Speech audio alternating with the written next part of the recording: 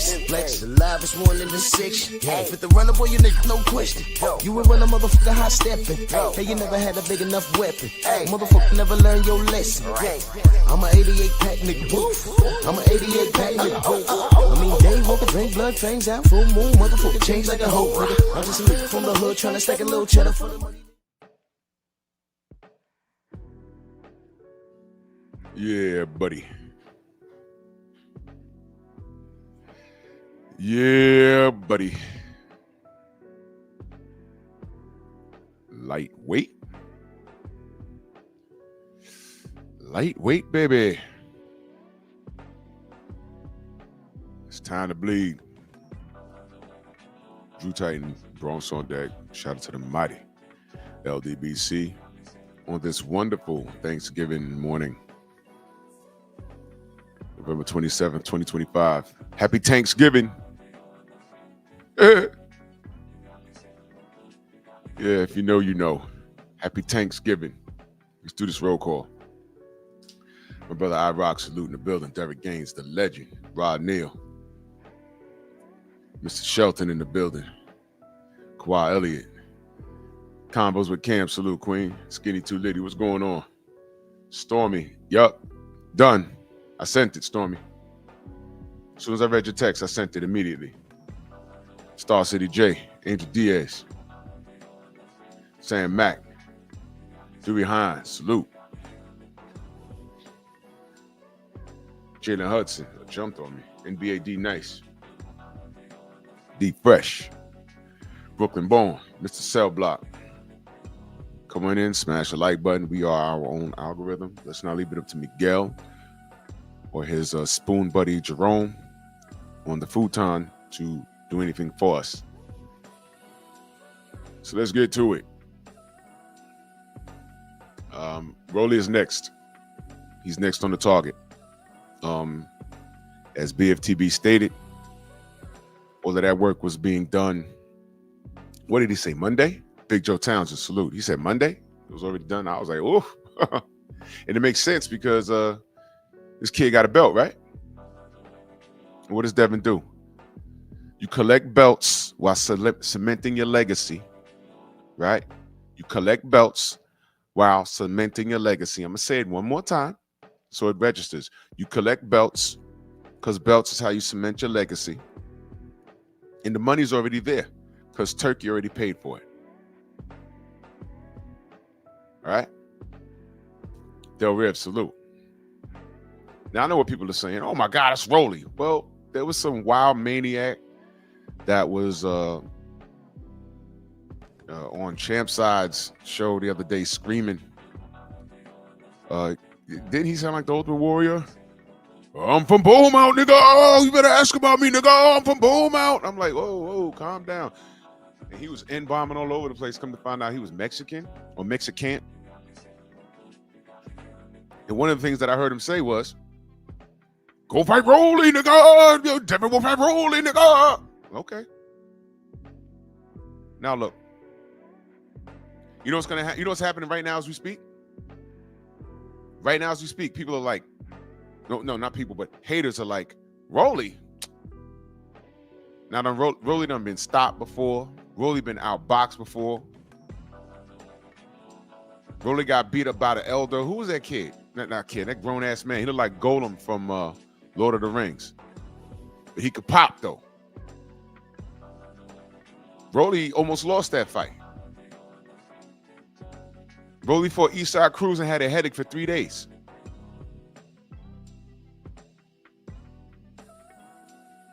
Look, Rolly's going to lose this fight. I don't know how, but he's going to get hurt. Sam Max, salute. Yeah, Barrosa, yeah. The elder. But he got cracks, man.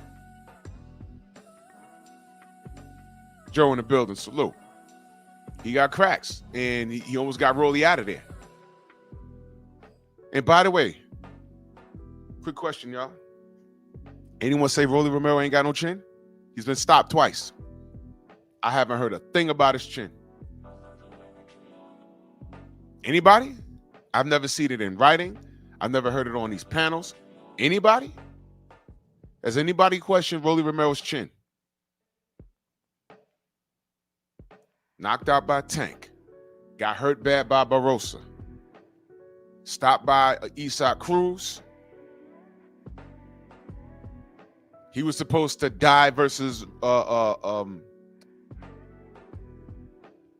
trying to be not respectful for him. Lion Ryan. Nobody ever said he was done. Nobody said he was chinny. I don't hear that conversation. Again, that is reserved for certain people like Devin. OG Mr. Martin, that super chat, much love. The real OG, he says off topic. So the reason Sean Porter didn't like the Haneys is because Dev whipped his ass in sparring 11 years ago. Let it go, Sean. Oh no, Sean Porter, I got him tomorrow. Xenomorph mouth. I got him tomorrow. I didn't want to put him and Coon Bradley in the same sentence. I want to specifically dedicate it to them because it's coming out now. All these guys hate Devin Haney, and it's beyond boxing because those are two Hall of Fame fighters. Bradley's a Hall of Fame fighter, and so is Sean Porter. What do I always say about these clowns not, Eric Myers, salute, these clowns not counting their blessings? You're a Hall of Fame fighter. Records are made to be broken. Inside the square circle, salute.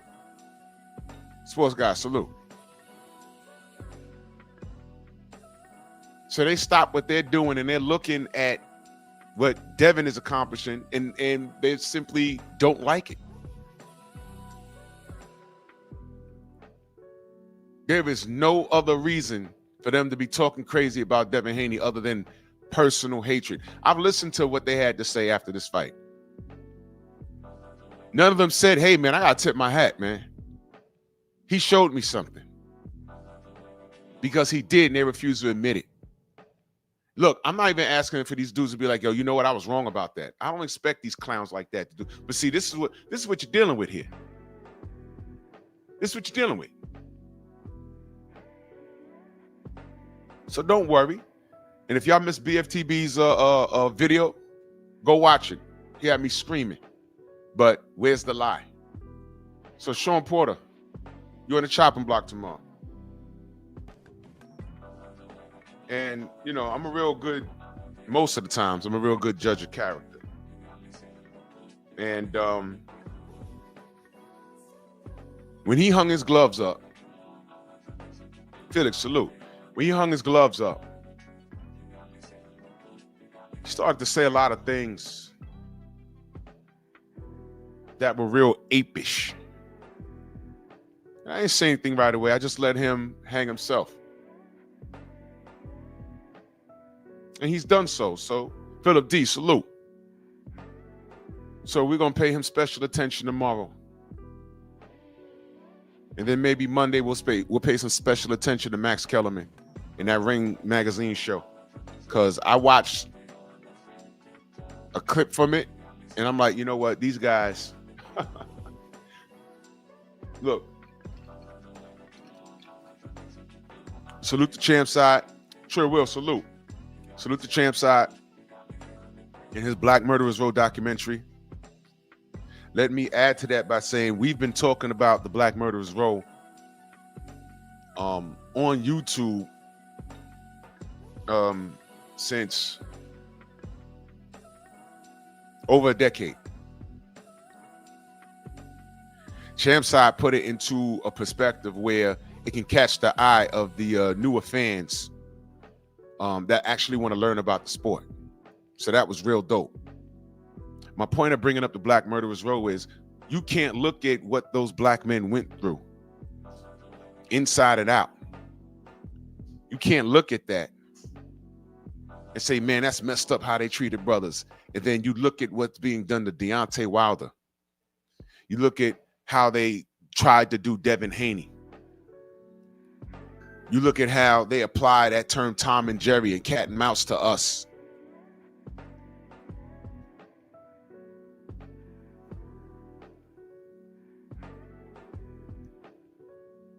And ignore it. Can't do that. Can't do that. And I don't care how much money these brothers make. It's just as insignificant as saying there ain't no more racism in this world, especially in America. Y'all had a black president. Really? That's what we doing? Okay. How many black people got shot by police officers under Obama?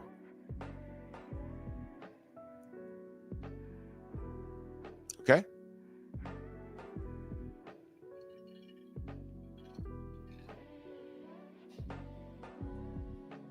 Only thing that's changed is technology. Mindset is everything. So as long as evil doesn't take a day off, why should I? Shout out to Bob Marley. That's something he said. So as long as you out here trying to smear Devin and Bill, I'm gonna be right here defending them, and justifiably so. And I do that for any fighter, because right is right and wrong is wrong. In no universe should Ryan Garcia feel comfortable even leaving his house. He just lost and he's getting a title shot. And I know what they're trying to do, get him a belt. So when he finally meets Devin, it'll mean something.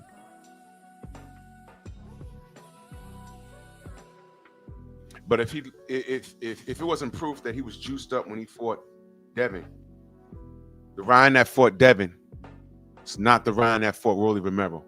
That was two different people. He got dumped on his head in the second round, and he never recovered after that. And he cried in the car. He cried in the car.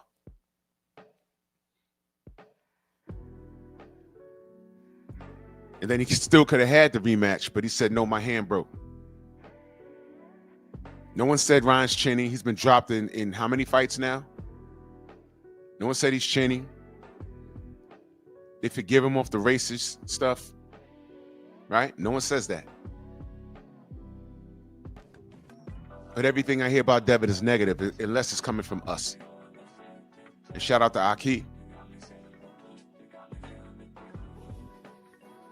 So when I asked that British fool on here, I said, do you think that this is a smear campaign against black fighters in general? Dude said yes. Okay, we'll stop right there. So if it's yes, why are you arguing with me? What is your point? Then he starts talking about phone calls. Yeah, surprise. The phone call that you're talking about, something that Brian Norman Sr. was I don't know, maybe he was on Mill City talking about a phone call. Yeah, dummy, I was on that phone call. So stop right there. I don't want to hear anything you have to say. You ever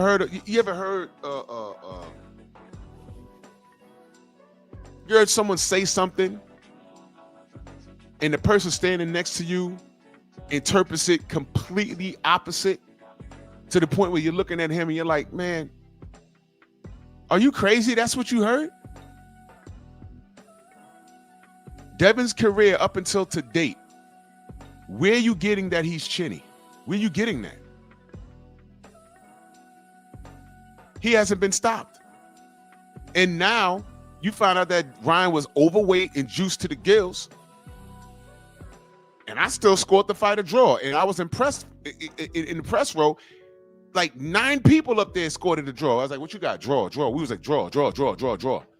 But we all knew Ryan won the drama of the fight, so they're going to give it to him. We knew that. So how's he chinny? And why are people still bringing up that fight? It's a no contest. And the kid, when he was lying all over the place. He blamed 3 different companies for why he popped dirty. You knuckle draggers running around on YouTube talking about the need for us, meaning the LDBC, because everybody who's a black content creator has to be LDBC. Let's not forget that. That's wild. Literally saw these knuckle draggers talking about there's a need for Ryan to be guilty. When I got the phone call, I'm like, I hope VADA and the New York State Athletic Commission is wrong. I hope that they're wrong, because I don't want to deal with this. I hope it's a mistake. But it wasn't. And then he's been lying and lying and lying. And then he's an expert on black issues. And then the George Floyd thing. He did all of this. When did that become a part of boxing? And all we did was point it out, like, yo, this kid's crashing out. And I still got knuckle draggers right now to the date that keeps bringing up that fight. Hey, Tim Bradley, if you found out right now, today, hey, man, you know Ruzin Provodnikov was on Osterine your whole fight, what would you say? That man had you talking slurred speech for a year. That's what you said. How would you feel?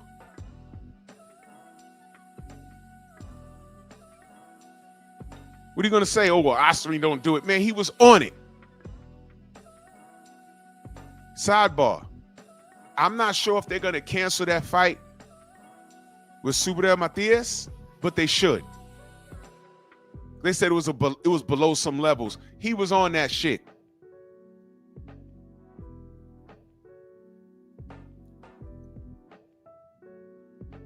Now, I don't know if his opponent needs the bread or not, but pull out that fight, man. And sue him. Sue him. Pull out that fight and sue him. Devin's a clean fighter. Had the Normans told my old man that was Photoshop. No, it wasn't. No, it wasn't. Pillow fist knocked Norman down in the second round. I just saw Akeem's video last night. Y'all heard Brian Sear say, hey, we were lied to about his power. That's how it was. That was pretty much what he was saying. They lied to us about his power. He pretty much said after the knockdown, Junior got gun shy. He said that. Does Brian Norman Jr. have no chin now? He got knocked down by a pillow fist chinny runner.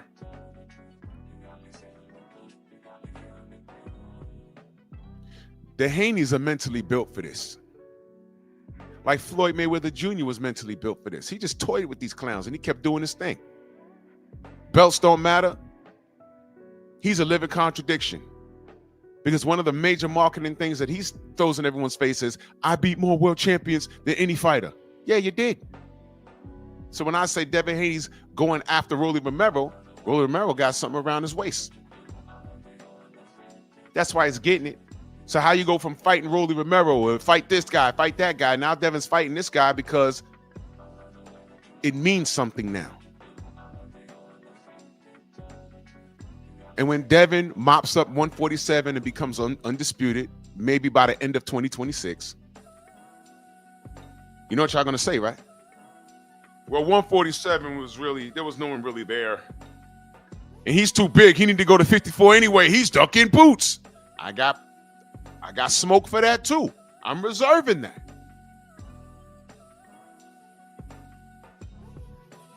Boots, you need to be real loud about it, man. Don't put Devin on me. I just got the 54 myself. I couldn't make the weight. I said I fight him at 52. He just got the 47. I left it alone. Now y'all got Boots in the middle of this. It was an option. Boots said no. Devin said, I just got here. Why would I come up extra pounds and fight you? I'm not doing the weight thing no more. I'm not doing shit to put myself at a disadvantage just to please y'all. Because y'all never be pleased whether I win or y'all be pleased if I lose. Because that's what all this, Devin should do this, Devin should do that. That's what this is. What y'all really want him to do is lose. You know, like how y'all say we want Canelo to lose? Clenbuterol, Canelo? Ducking Benavidez, Canelo, that guy? When we just say, hey, man, fight Benavidez. You just want to see him lose. No, I want to see him fight his major contemporary at 68. Devin too big. Okay, he went to 75. He's cleaning people up at 75. Now, he's talking about I'm going to cruiserweight. Forget Canelo. I'm creating my own path. Now what? These fighters got some weird-ass fans, man. Everything that they accuse us of doing, they do. So now, Rolly is a Floyd fighter. All through 2025, I want to remind y'all something. God ain't played with y'all not one time. Wait till I do my year in review. Because I swear to God, every last one of you ate your words in all directions. You Canelo fans, ate your words. You Haney haters, you ate your words. All of you ate your words. And there's more. And all we're saying is stand on it. Stand on it. Whether you're a coon or a cracker, stand on it. Pound on your chest. Be proud about it. Because I'm going to remind you. Wait till I do the year in review. Yes. All of you eating those words. Happy Thanksgiving. You tank fanatics. Oh, my God. Oh, my God. Y'all are down bad. But I know y'all waiting for that documentary tomorrow, right? I'm waiting for it. I want to see what this idiot got to say. Will he be doing the interview in or out of handcuffs? Well, you know, I told her not to cheat on me, and then she didn't return my text fast enough. So I said I'd slap her if she cheated on me. Then I went down there to the club. She was being disrespectful. The music was loud. So I pulled her into the stairwell, and then I tried to explain to her, and then she started fighting on me, and I had to push her down the stairs. Baltimore. Yo, woman beater. Dante Russell in that super chat. Salute. He says, happy Thanksgiving, my brother LDBC for life, man. Salute to you, good brother. Much love and appreciation. Thank you. My brother, Freedom's March in the building. He says, yo, happy Thanksgiving. Salute, brother. Cheryl, what up, Cheryl? What up, brother? If I miss y'all in the chat, know that I love y'all. Salute, man. Prince Savage in that super chat. Salute. He says, there's an infamous picture I have with Sean Porter moments before we took it. Jose Benavidez Jr. checked him in the arena. Really? Sean was talking ish about him, David and Jose Sr., just like he does Dev. Really? I mean, yo, look, Sean. All right, Sean got a barracuda mouth. All right. I mean, he's a disgrace. And it sucks because I really, really liked him as a boxer. I did. And I felt the same way about Tim Bradley. So to see these guys that I supported behave like this when you see Devin doing things, this is jealousy at its finest, man. Have you ever heard Michael Jordan say anything negative about Kobe Bryant? Or Grant Hill?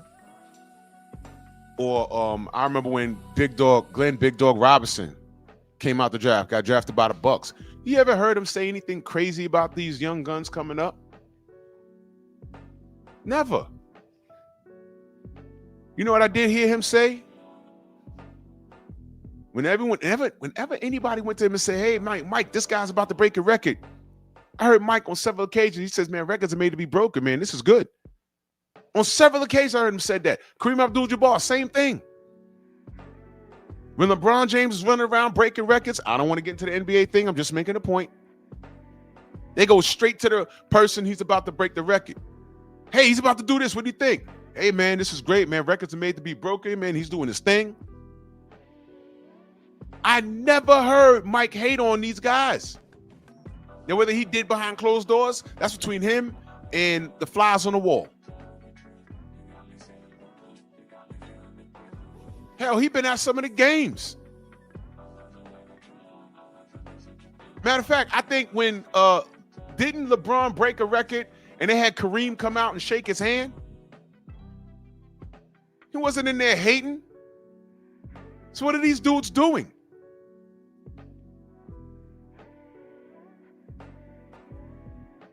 Thank you, Shemaine. I work hard, brother. So now, the next person that's going to eat their words is Floyd Shmoney Mayweather. Now, Devin is doing it right. He took short money, went to Australia 2 times, went undisputed and to defend it. Right? The money came later. reports that I saw the paydays for everybody on their card. This is what I saw. If you saw something different, let me know. Y'all know I'm not a money guy. But everyone clowning, talking about, oh, Devin Haney's not even the main event. He's a co-main. Highest paid on the card again. That's not the first time he's been the co-main. It was the highest paid on the card. So y'all read that. Y'all can screenshot it.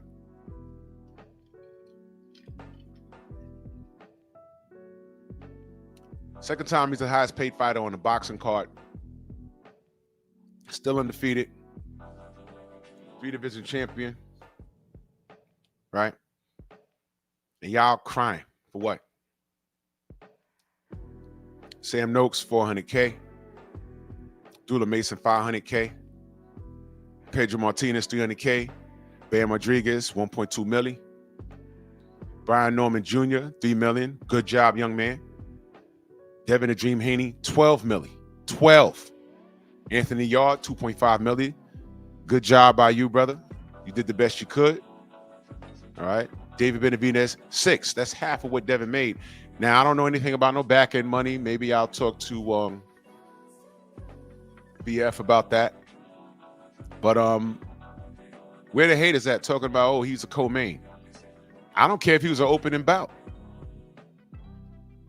So when you can't talk about his pockets and you can't talk about his resume, because you can't, because all I'm going to say is your favorite fighter better than Devin Haney? And I want you to break it down. Talk about money. Go ahead. Let's do it. Because I'm looking at the numbers. Unless y'all see something different, let me know. And watch how fast they rear off of money, and they're not educated enough to discuss resume. And it's going to be a bunch of this guy beat Devin, that guy beat Devin, this guy beat Devin. Look, I knew it was a smear campaign. By the way, happy Thanksgiving. I knew it was a smear campaign when A Hardy, salute Queen. When y'all remember, like last year, I read this article out of Boxing News 24, and some guy wrote down, in order for Devin to reach the upper echelon of boxing, he needs to fight these guys. And he was still at 135 at that time. And they had Shakur on there, and they had Tank on there, and they had Teofimo on there. And I'm like, all right, so Devin got to fight Teofimo to become a rock star, but Teofimo don't have to fight him to become a rock star because he's been ducking him, right? You see how that works? They're talking as if Tio's already a rock star. All right. But then, y'all remember who was on that list? One of the people on the list was David Benavidez. And I said, who the fuck is writing this stuff? And I swear to God, that was the last time I went to Box News 24 to read anything. I was like, oh, there you go. I'm done. Somebody paid somebody to write that shit. David Benavidez was on that list. I haven't been back to that site since that day. Prince Savage, salute. He says, but once Jose Jr. did that, Sean Porter never spoke about him again. Wow. When Devin see him in person, Sean will be just as silent. I know he will, man. I mean, look, these guys is clowns. Don't worry. I got Sean tomorrow. These guys is clowns. Bozos, big red noses, curly hair on the side. These guys is clowns. Clowns. Because what do I always tell y'all? All I see is the work. You can say whatever you want to say about Devin. Hell, you can even bring up the Ryan Garcia. Y'all bringing up the Ryan Garcia thing like it was an L. What did these clowns say? Oh, I can't unsee the left hook. I can, because it was tainted.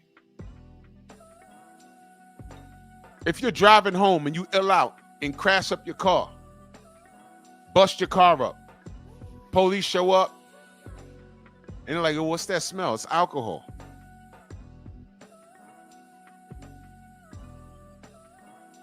and you blow way over the limit, what are you gonna do? Tell the cops, yo, come on, man, my house is literally right there. Hey, bro, you crashed. Hey, bro, do you know you hit somebody? They up under the car and they're unrecognizable. Do you know that? Does it matter? I don't care if you was almost home. It's over with. It doesn't matter. You were driving drunk. It doesn't matter. You were almost home, but I can't unsee this accident. Yeah, all you had to do was drive another 20 feet and turn into your driveway. You could have crashed into your own house and not called anybody because it's your house, it's your property. But right before your house, your neighbor so happened to be getting into her car and you ran her over. And she's dead now. Yeah, missed it by that much. Get smart looking ass. Yeah, I'm that old, y'all. Missed it by that much. Yeah, you messed up. It don't matter. You can't unsee a left hook from an overweight, drugged up Ryan Garcia. You can't unsee it. I can't unsee him failing the drug test. Funny, I can't unsee him saying that thing about George Floyd. I can't unsee him violating black women. I can't unsee him terrorizing his baby mama. So of course him and Tank are friends. Notice all these dysfunctional motherfuckers hang together and nobody says anything? You notice that? I can't unsee Teofimo Lopez ducking 11 million. You know, Devin made 12 over the weekend. You know, Turkey Al-Sheikh was giving him 11 million to fight him. You know, Turkey Al-Sheikh was giving them $50 million, Tank and Devin, to split to fight in Saudi. And Tank said no. Tank said no. If Devin said no, that'd be front page news. Tim Bradley, Sean Porter, Sean Zytel, Max Kellerman. But Devin got to fight Teofimo to make that upper echelon of superstardom. Man, Devin will never be able to do any right. So that he understands that. So he's just working.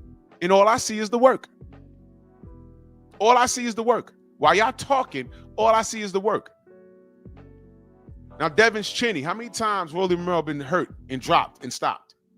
Now the 86 in that super chat salute. He said, salute Drew, salute to the mighty LDBC. Salute to you, good brother. And happy Thanksgiving to everybody. Brent Fox in the building. Salute. MJ, what up? I seen him get knocked out. Seen him get stopped by a barrage of punches. I've seen him hurt several times. And now that he's next on the target, all of a sudden, I already see people saying he's a cherry pick. Yo, listen, on Instagram, Bill posted something, and I like to go into the chat and I toy with the haters. Do you know some fool was in there saying that Devin cherry picked Brian Norman?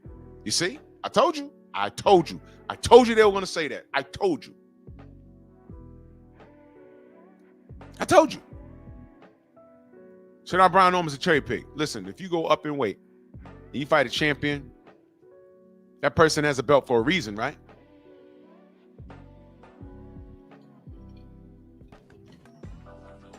If Inouye goes up to 35 and challenges Tank for that WBA strap, is that a cherry pick? Is it? Think about what I'm asking. No, they're going to call Inouye a warrior. And I'm going to say, well, okay, well, who Tank beat at 35? Oh, well, he's a champion. All right, let's go with that. How'd he get that belt?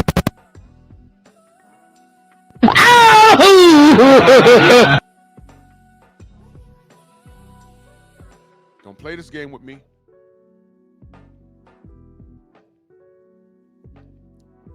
The last person to hold that WBA strap was Devin Haney at 35. How did Tank get it? Because they damn sure ain't fight for it.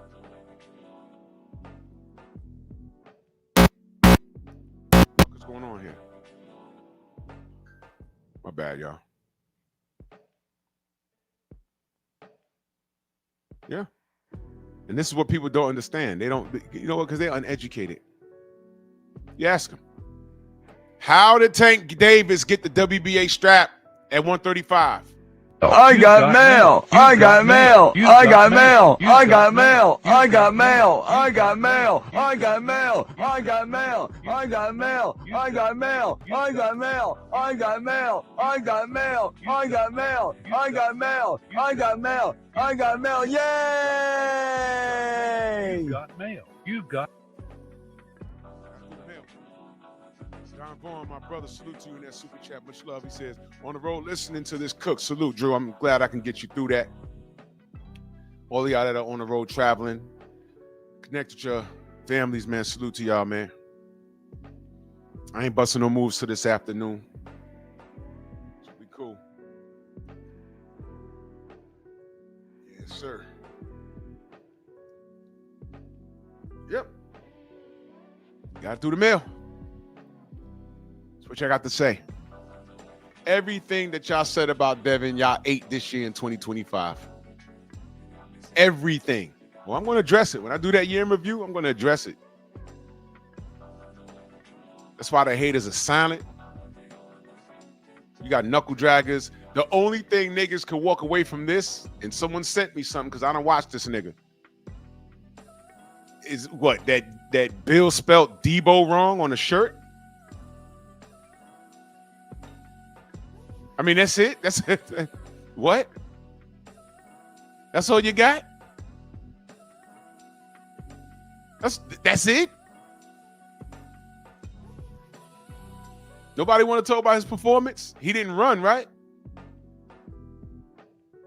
He was there to get hit. How come Brian couldn't hit him? Go on, stand in the pocket with me. He did that. Didn't Devin say, remember those words? Remember that? Who got dropped in the second round? And I ain't firing shots at the Normans. I'm just saying what happened. Right? WBC want to open up cases on Deontay Wilder when he said he wanted a body in the ring. Brian Norman said he wanted to kill Devin, didn't he? Did he say that? I ain't paying no mind. That's not news to me. I just watch to see who's going to say what and who's going to do what. No, they talking about Devin. So everything is A-OK, right? Right. I see what y'all doing. And all of it is backfiring on y'all. I literally heard the ultimate Mexican screaming at Champside the other day. It was the funniest goddamn segment I've ever heard. I was like listening to it like, yo, is this guy for real? He was dead serious. And he said, Rolly, interesting. Well, now Rolly is next. He got a belt. He has something to offer. And now I'm already seeing people saying, oh, he's cherry picking again. Again? Y'all didn't say Rolly was chinny. Y'all didn't say he was washed up. He's been beaten up around that ring several times. Y'all didn't say that. Like I said, this washed up and chinny is reserved for certain people. Email champion. That was created to degrade Devin. But the whole time I'm watching this thing like, yo, who the fuck sent him the email? Loma did.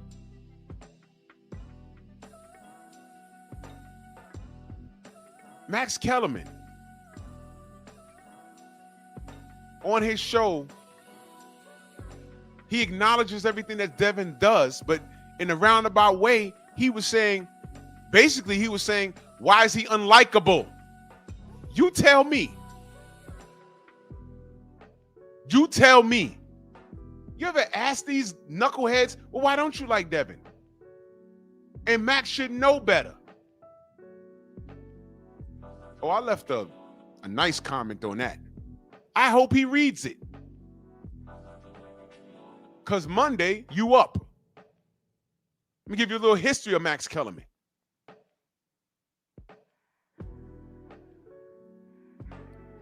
From rapper to ESPN to HBO getting compromised to unemployed when HBO went under.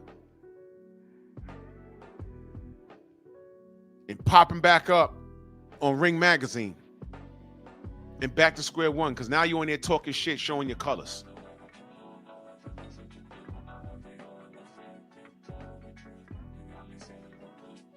Ain't no reason for these cats to be hating Devin. There's no reason for it. I don't get it. Everything that they put on this young man, look at his contemporaries. You could put it right there on them. How many times Shakur Stevenson broke his hands in the ring? How many times he broke his hands? When's the last time he knocked somebody out? I didn't hear anybody talk about him having pillow fists. You see what I mean?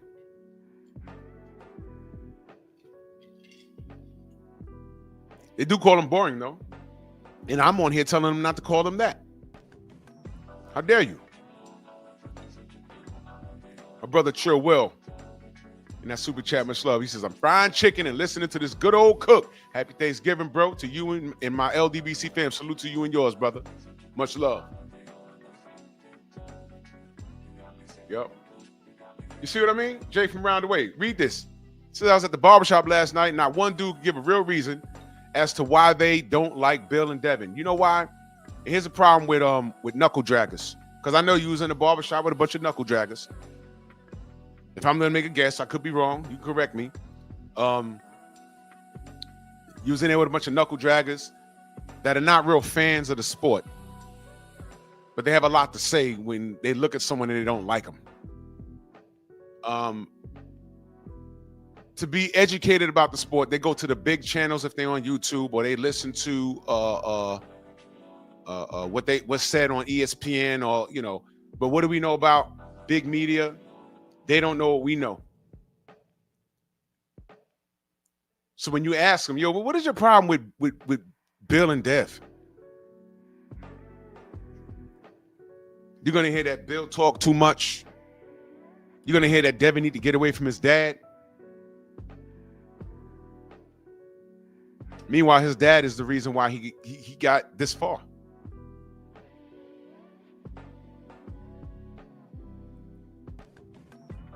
Then they're going to try and bring up the Ryan Garcia fight. I told you, the dude I was going back and forth with, he was one of those, I can't unsee the left hook dudes. And I said, well, he was compromised with drugs. Then he was one of those, it was only a billionth of a gram. I said, well, how do you inject a billionth of a gram into your system? Everything he said that compromised his system, he blamed 3 different companies. And all of their products was clean, so he lied. That's news in itself, but y'all just let that roll off your back.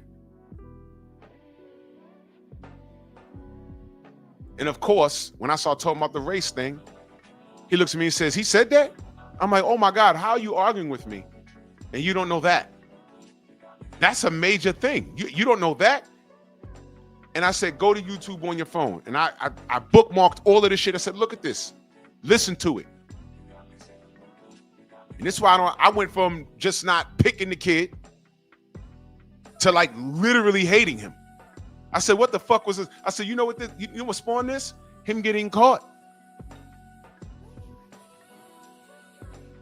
How did George Floyd get into this? How did black women get into this? Then he's tearing up motel rooms. Then he's terrorizing his baby mama. This is a bad kid here.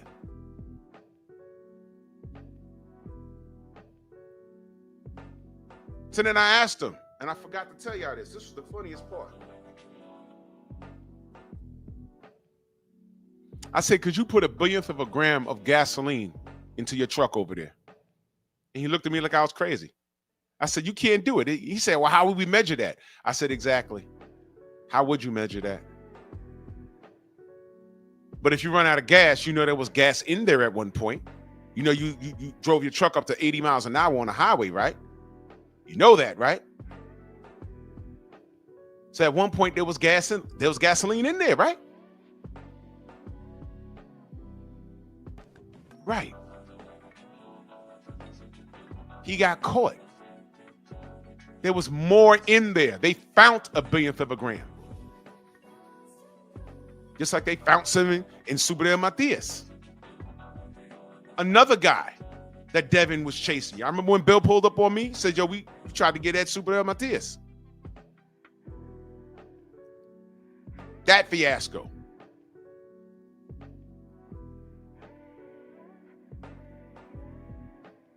And niggas couldn't wait to tell me, oh, Bill lied again. I'm like, what are you talking about? Some know-it-alls on YouTube DMing me, yo, Bill lied again. What are you talking about? Peter Kahn doesn't work with Super Matias. I said, okay. I said, well, look, let me get some more information.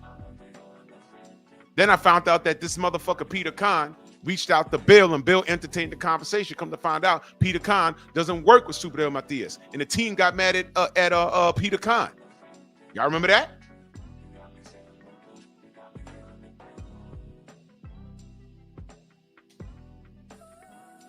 Exactly, Angel. Yes, sir.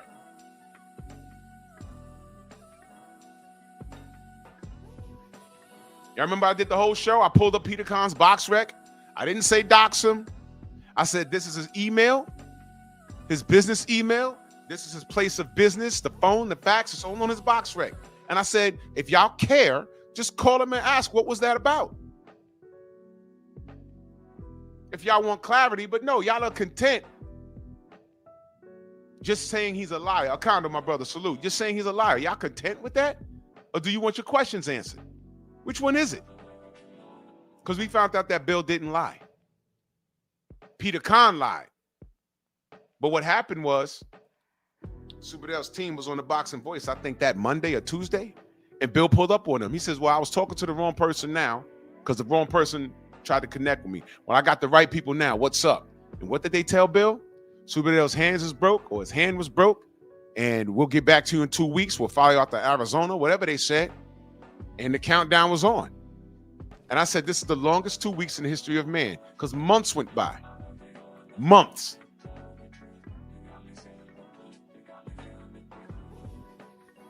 Debo Dev. This is why we call him Debo. That list, Brian Norman was what, 4 or 5 on the list? Everybody said no. Never forget, Teofimo was offered $11 million to fight Devin. He said no. Why is that not big news? This is why we call him Debo.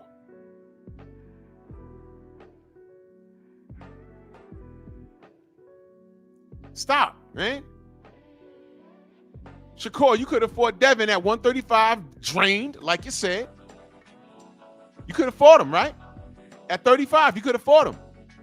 Your biggest payday, a shot at 4 belts in 1 fight, on pay-per-view, and you said, no, I know my worth. That's what you said. So Devin left. He left what? The second week, the second or third week? No, the first or second week in December, leads the division, goes up to 40 to challenge Regis Prograis immediately, and that's not good enough. Because you still had knuckle draggers running around here on social media talking about he lied. He said he was holding the belts until the end of the year. I said, well, it's fucking December.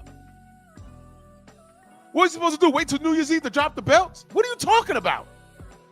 You see, these are the things that we are dealing with it. Like, what are you talking about? He dropped them in like mid-December. What, a contract was going to come through the fax machine? Y'all remember when Teofimo was on his live stream lying? We was all on Trail Boxing Talk. And somebody came in the chat and said, yo, Teofimo's live right now. Jumping rope on his Instagram, talking about whoever sends me, whoever responds to my challenge, he sent out a contract to Bill. He sent out a contract to somebody else. Whoever gets back to me is getting the fight next. And it so happened that Bill was on Trail Boxing Talk. So in real time, Trail said, what? He said, I'm at my fax machine right now. I don't see nothing. Ain't nobody send me anything. He started making calls. That dude lied. He lied. Exactly, sports guy. Devin got to wait till the ball drop. All these guys are liars. All of them are liars. Super L, that was the longest 2 weeks in ever. That was in 2024. And now you popping dirty with Osterine? Hey, bro, I'm done, man. Thank you for slapping Teofimo Lopez, but at least Teofimo Lopez is a clean fighter. Teofimo Lopez was on record saying he would make it harder for Devin Haney to become undisputed. That failed. One thing's for sure, nobody made him fight him. You had in the last fiasco with him was you had $11 million on the table to fight Devin and you didn't do it. If this was the other way around, they'd be dragging Devin. But don't worry, I'm right here. I'm letting y'all know. He ducked $11 million and didn't fight Devin because of what? Because of the Ramirez fight? Man, fuck the Ramirez fight. You better than Ramirez, right? Get your $11 million. Tio can't stand to be outclassed by a black American fighter. But a Spaniard, a blonde-haired, blue-eyed Spaniard named Sandor Martin, that's good enough. Man, that boy beat you so bad, you was questioning if you still had it or not. Right? Spineless jellyfish, racist. You got money now, get your teeth fixed, man. With your Rocky Marciano nose. Shark mouth. Shut up. Bum-ass brownie. So Rolly's next up.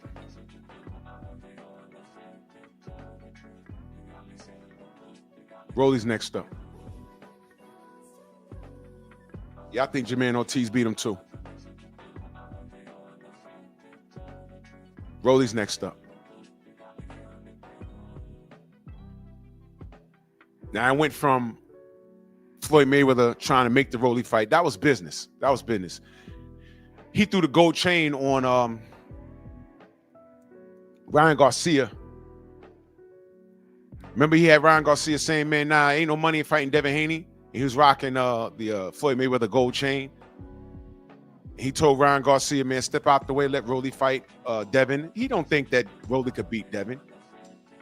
Floyd was just intervening. He was trying to get money off of Ryan Garcia and put him on a hostro. That ain't work out. Floyd Mayweather's also the person that told Ryan to come in overweight. I hope y'all understand that. Do you know why? You know why he did that? Because he's a fucking demon. And when he pulled up on Bill, remember that?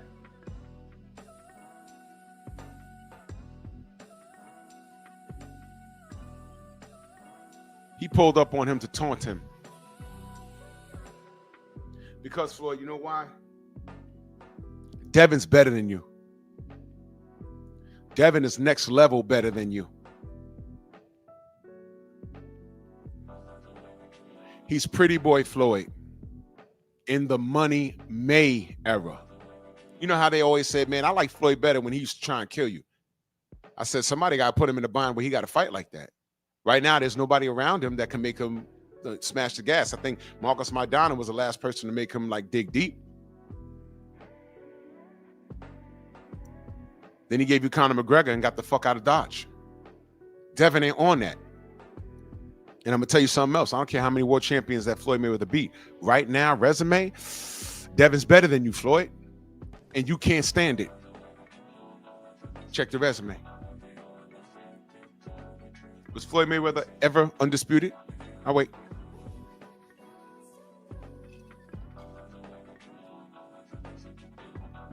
He was never undisputed. When he became the A side, everything was his choice. He did some great things. There were things that I wanted to see him do. But it didn't affect him going into the Hall of Fame. So he got away with it. But I would like to have seen him just stop what he was doing for a second and say, you know what? Let me get that Paul Williams smoke. Because he could have fought Paul Williams before Paul Williams fought Sergio Martinez.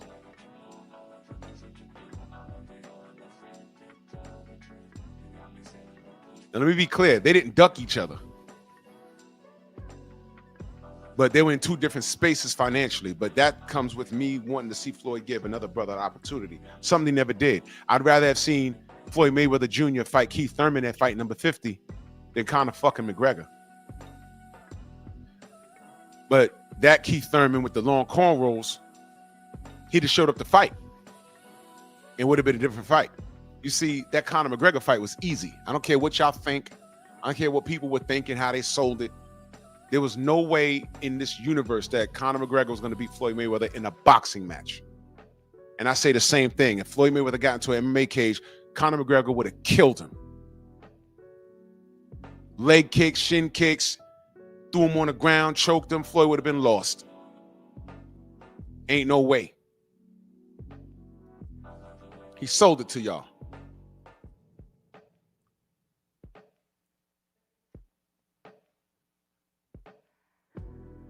And the public bought it.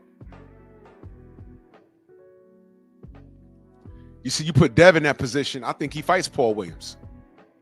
You put Devin in that position, I think he fights Keith Thurman. And motherfuckers like Floyd Mayweather be on the outside saying, yo, you ain't got to do that. You ain't got to do that. You know, like how Evander Holyfield was wondering, he's like, why is he fighting King Kong Ortiz?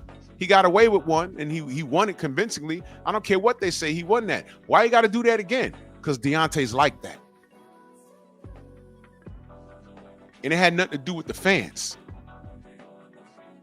Deontay, personally, I feel, because I never spoke to him about this, but I feel what they were saying about, you know, the New York rules saving him versus Ortiz, Paulie Malignaggi saying that shit, that's why he won. I think as a man, he felt some kind of way. So when the opportunity came up to rematch him, he did it. And he didn't have to, but he did it. And there's no controversy there. It was a one shot, one hitter quitter. Because Deontay's like that.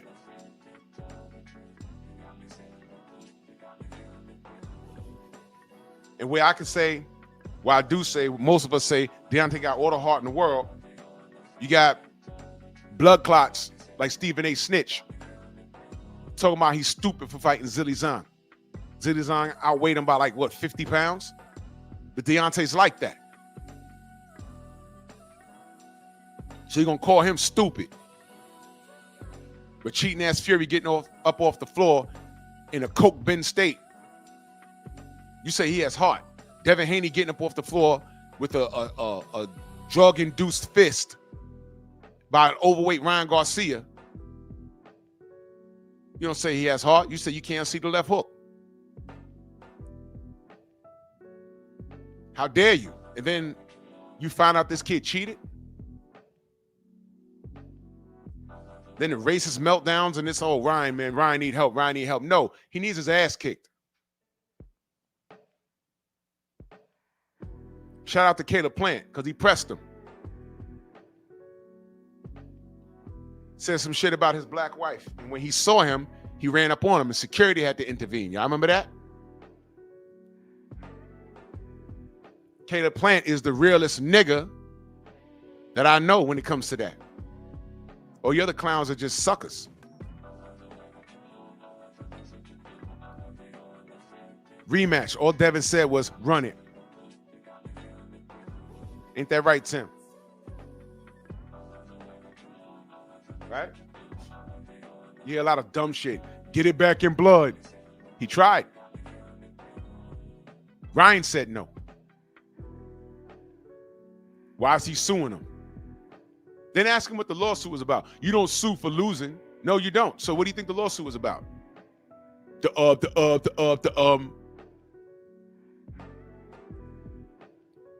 Lawsuit was for breach of contract. They agreed to have a fair fight. He cheated. That was business. You can't sue anybody for kicking your ass in the ring. But if you find out that their equipment was tainted, or they have a narcotic in their system, and trust me, they could have stuck to the lawsuit and won. Trust me. Turkey stepped in and said, yo, I will pay you what you suing for. Drop the lawsuit, right? If I got this wrong, let me know. Drop the lawsuit, y'all get it back in the ring. They said, cool. So they got the money they were shooting for. Now they're trying to make the fight. Devin won. Ryan lost to Rolly. They said, yo, we can still run it. Ryan said no. Now Devin is fighting the guy that beat Ryan. And he still wants Ryan. Ryan's going to come back. He's getting a title shot. Now, I thought about this for a minute. I'm like, you know what? Damn, Turkey, why are you giving this kid an opportunity? And I thought about it. I really thought about it. I said, you know, is he just absent to what's going on? Turkey's not absent. Let me tell you what this is.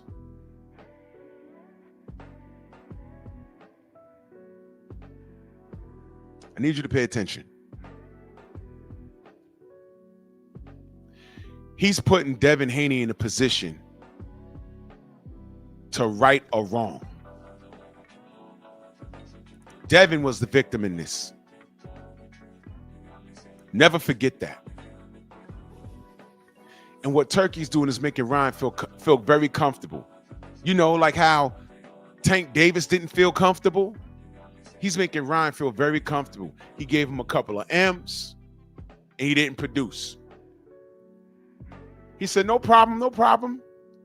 Come on back. Now you're going to get a title shot. You're going to get a title shot now. He sweetened the pot for him. So now he's coming back with to make some money and potentially win a belt.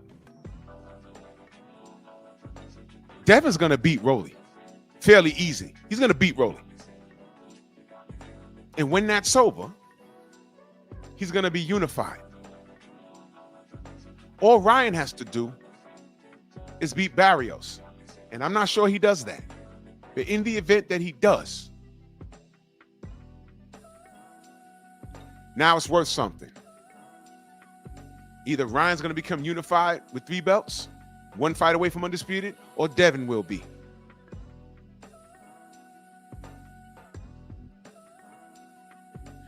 Now, do not be surprised. I need y'all to listen to me. If Ryan pulls the same thing that Tank pulled, Drew, what are you talking about? If Ryan beats Barrios, look for him, because the Devin fight's going to be there. Look for him to pop dirty again or do something to get out of that fight. Because at this current point, he can't fathom losing to Devin right now. That'll hurt his ego. These dudes, Devin is out here hurting these cats' egos. And the ego is crazy right now. Now, I mentioned Tank Davis. Do you remember when I said, hey, man, once Tio lost to Kambosos, Devin was the remaining champion. Tank was already a rock star. Why didn't Tank intervene in that and say, hold on, George. If you fight me here, it's worth more money to you. Forget about fighting at home. I ain't got no belts, but I'm a rock star. Put those belts on the line for me. Remember when I asked you, why didn't Tank intervene? Coach, at the building, salute. Why didn't he intervene and try and take those belts? I think he may have beaten George Kambosos. Wouldn't have been easy. I think he may have beaten him. Can you imagine if Tank intervened and threw his name in the pot? George was chasing money at that point. He already got a bit of legacy. Now watch this. George was in 135, and he could say he was a unified champion, where Tank was not. Do y'all understand that? You understand when I say a lot of these guys at 135 got a better resume than Tank? You see what I mean? Why y'all talking about, one of Tank's biggest wins was Ryan Garcia? I said, well, who the fuck is Ryan Garcia? Check the resume. He's never a champion. That's why I said there's a lot of guys at 135 that got better resumes than Tank. George will always be able to say, I beat Teofimo Lopez and I was a unified champion. I had 3 belts on Tank Davis' watch. I did this live already. The reason why I believe that Tank Davis didn't intervene in that, not that he couldn't, but if he had beat George Kambosos, then Devin Haney would have been his responsibility because there's one belt left. You see how that works? So he left that whole shit alone because everybody would have said, hey, man, yo, there's one belt left. You got to fight Devin. And he would have never did it. You know how I know he would never have did it? Because there was no belts on the line, and Turkey said, I got 50 mil for y'all. Come to Saudi, let's fight. And this nigga asked for 2 Ferraris. I said, this boy don't want to fight, man. Stop me when I'm lying. That's how it happened.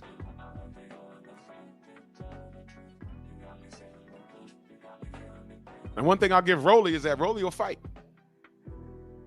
He might not look the greatest at it, but he'll fight. And I'm telling you right now, when this is signed, Rolly's coming off that belt. Rolly's about to get his ass kicked. So get ready for them to cut down Rolly. Well, Rolly was washed. He been knocked out twice.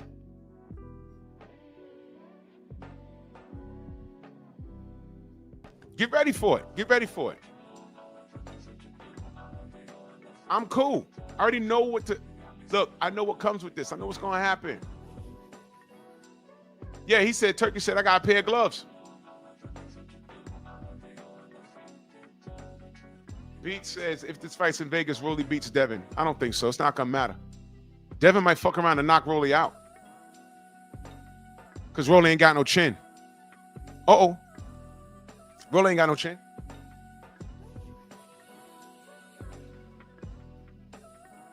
So Ryan, he's going to get that Barrios fight. And I think that Turkey's putting Ryan in a position. Yeah, I am, Steve L. Turkey's putting Ryan in a position where it's sink or swim. Now, if he beats Mario Barrios, Devin fight is next.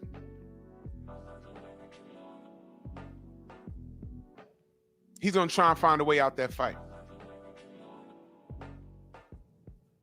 He's going to try and find a way out that goddamn fight because Ryan's a coward. He's a racist. He's a woman beater. And all that shit. So Rolly's up next.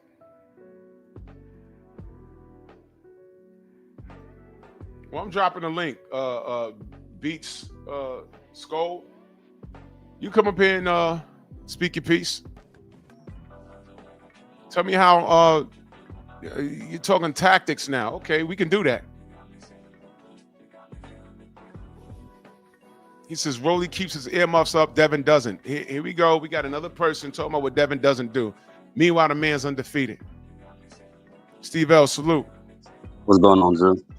Chilling, God. What you got, man? Happy Thanksgiving.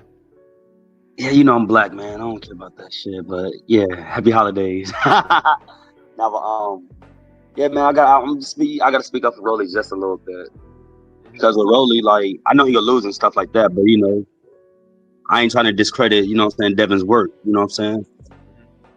If you look at the fight before Ryan Garcia, bro, the fight before Ryan Garcia and the Ryan Garcia fight, you'll see the change in Rolly's style. And to me, Rolly's style is like, he a patient dude, you know what I'm saying? I say he ain't the best technical person, but his last 2 fights, he's been showing that he got a little bit better because the gym he had, bro. He had the solid gym. And I just see he improved more than a little bit, you know what I'm saying? So, you know what I'm saying? It's all better for the loss. So I said, Devin could be smoking, but he got a little technique going on. Rolly about to get fucked up. That's convincing. Rolly about to get fucked up. I'm not candy coating this. I'm happy. Like I said, I can't shit on Devin's work, you know what I'm saying? I gotta, because they already trying to downgrade him, like you just said. I really got no chance. He got beat up by old dude. I mean, you know, I need Beats to come up here and have a conversation. No, Beats ain't gonna do too much of nothing. No, he's not. He said Rolly is more athletic than Brian Norman Jr. Listen, everybody talked about Brian Norman. That shit over now. It wasn't even close. Life. Shout out to Brian. Look, man. Devin was supposed to die last Saturday. That shit over. I told y'all. Y'all, how's he supposed to die? But every time I turned around, Devin's too big. Devin got to move up. Mag 7 said that Tank is the smallest person in the world, fighting all these big dudes. Remember, Devin too big, too big, too big, too big. I stood right next to Rolly. That nigga head small. Yep. That nigga head mad small. Rolly about to get his ass kicked, bro. Yeah, bro, and like I agree with BF when he's like, yo, if he chooses to fight Manny Pacquiao, it is what it is. But I ain't gonna have Manny Pacquiao winning that. You know what I'm saying? 'Cause I like Rolly, really my dude. I see the growth of him outside the ring. That's why I'm talking like this. Let me tell you something. He fights Manny, and Manny somehow wins, and Manny ends up in the ring with Devin Haney. It's good for his legacy. That'll be the illest mercy killing. Yeah. Manny will get his ass kicked. It'll be so bad, and that'll be a shot at Floyd Mayweather, because Devin Haney will do to Manny Pacquiao what Floyd could not do. And I don't want to hear shit about Manny being 104 years old. I don't care about none of that. His professional fighter still active, and like I said, he'll get to do what Terrence Crawford was supposed to do. You know what I'm saying? You know, nobody beating Devin at 47. Nope. I'm standing on that. Me too. I'm standing on that. That's all. I'm standing on that. Beats, click the link. Let's have a conversation, bro. Ain't no beef. Just click the link. Yeah, I'm talking like grown man up here, bro. Get your black ass up here. Let's talk, bro. Let's talk. I don't care about. Guess what? Brian Norman Jr. knocks out Rolly Romero. You know how? Well, I'm sorry. Just ask a Pitbull Cruz. Uh-oh. What the fuck? 2 or 3 of them things. He ain't play with him. Pitbull Cruz was throwing those, and Pitbull Cruz is a one-trick pony. There's nothing else to his game. I agree. That's why Lamar's gonna beat him. December 6th. Lamar's gonna outbox that dude, keep him off balance. He's gonna be swinging. He'll be trying to take Lamar's head off in the first 3 or 4 rounds. And when that don't work, what's gonna happen? See what Rayo did. One-trick pony. See what Rayo did. Yeah, El Rayo, man, he boxes face in, man. You know, but and salute to Pitbull Cruz. I love his story. Yeah. Tank Davis pretty much saved his life. He was eating ramen noodles. Now the boy's eating steak. I hope he's managing his money. I hope he has a great team around him. I love the fact that he was able to feed his family. I love the story of Pitbull Cruz. I fucks with that. And you see how we can give people credit that's not black? You know what I'm saying? Yeah. Yeah, bro. I love Andy Ruiz's story. I just want him to stay more active and manage his weight. That's all. I like Andy Ruiz. Especially since he didn't get popped out that Reynoso gym. For real. Yeah. Yep. That's what I'm saying. I ain't even discussed the Reynoso gym because that's disgusting. But everybody wants to be critique Devin's tactics, and all this dude does is win. All he does is win. Yep. They talk about his fighting style. They talk about his punching power. Talking about how Dev don't keep his mitts up. Then how the hell did Brian Norman didn't land anything? And then Brian Norman Jr. probably is the hardest puncher at 47. Probably. Yeah, don't knock nobody out. Bully don't knock nobody out at that weight class or whatever. He have nothing else on the win. Nobody, nah. Rolly punch hard. Huh? Rolly punch hard, but he's tactically flawed. You want to talk about Rolly's flaws? Beats, come up here, brother. You talking about you want to talk tactics? We can do that. Yeah, bro. Like nobody touches with nothing, you know. We ain't on my big brother channel. We ain't in the graveyard. Come up here, bro. You good, bro? Now, one more thing I want to ask. When was the rules in boxing talking about you can't clinch? Ain't that part of like boxing IQ?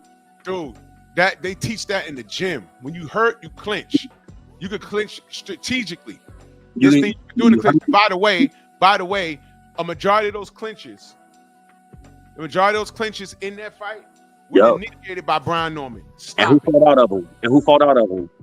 Devin was in there working in the clinch, body shots, hooks over the top, not behind the head, hooks over the top. And Drew, he was muscling him in the clinch. He was muscling. That's what I was telling you, because it was a spark, bro. It was a training camp, bro, and he was throwing them combinations. The same combinations he's throwing at Brian when he's in that clinch on the ropes, those exact same ones, bro. The body, then he went up top, boom, boom. Yeah, bro. Like, man. Yeah, man. Devin is. Bro, he's a complete package. All-around fighter, bro. He's an all-around dude, like a. That's how I looked at Kevin Durant a long time. He's an all-around basketball player, bro. Like, he can shoot from anywhere, make it. He can dominate the paint. He can do whatever, bro. Like, Devin is all-around, bro. It don't matter what style you come in with. My thing is, you got to adjust the Devin style. Because definitely switching styles up throughout the fight, bro. He really let this dude too much of the same thing. Man, Rolly about to get smoked, bro. Rolly about to get smoked. I don't hear anybody talking about no flaws. I don't hear anybody talking about no flaws in reference to whoever Devin beat. They always want to talk about whoever Devin shines a light on next. They're talking about what Devin does wrong. And my thing is, Dev been dropped. Rolly been dropped twice and haven't got back up 2 times. You know what I'm saying? Like, y'all better look out. Like I said, I got Devin knocking him out, bro. I really do. Oh man, this shit ain't going past 6. Knocking him out, bro. Like, highlight real knockout, bro. Like, when he want knockout of the year, that's what I'm looking at, bro. Because you see that, Jay? You see that? Charles Conwell and Troy Isley, and from what I heard, he was muscling those dudes. Yep. Those are middleweights, y'all. And those are middleweights. Yeah. I say they're too big, right? Okay.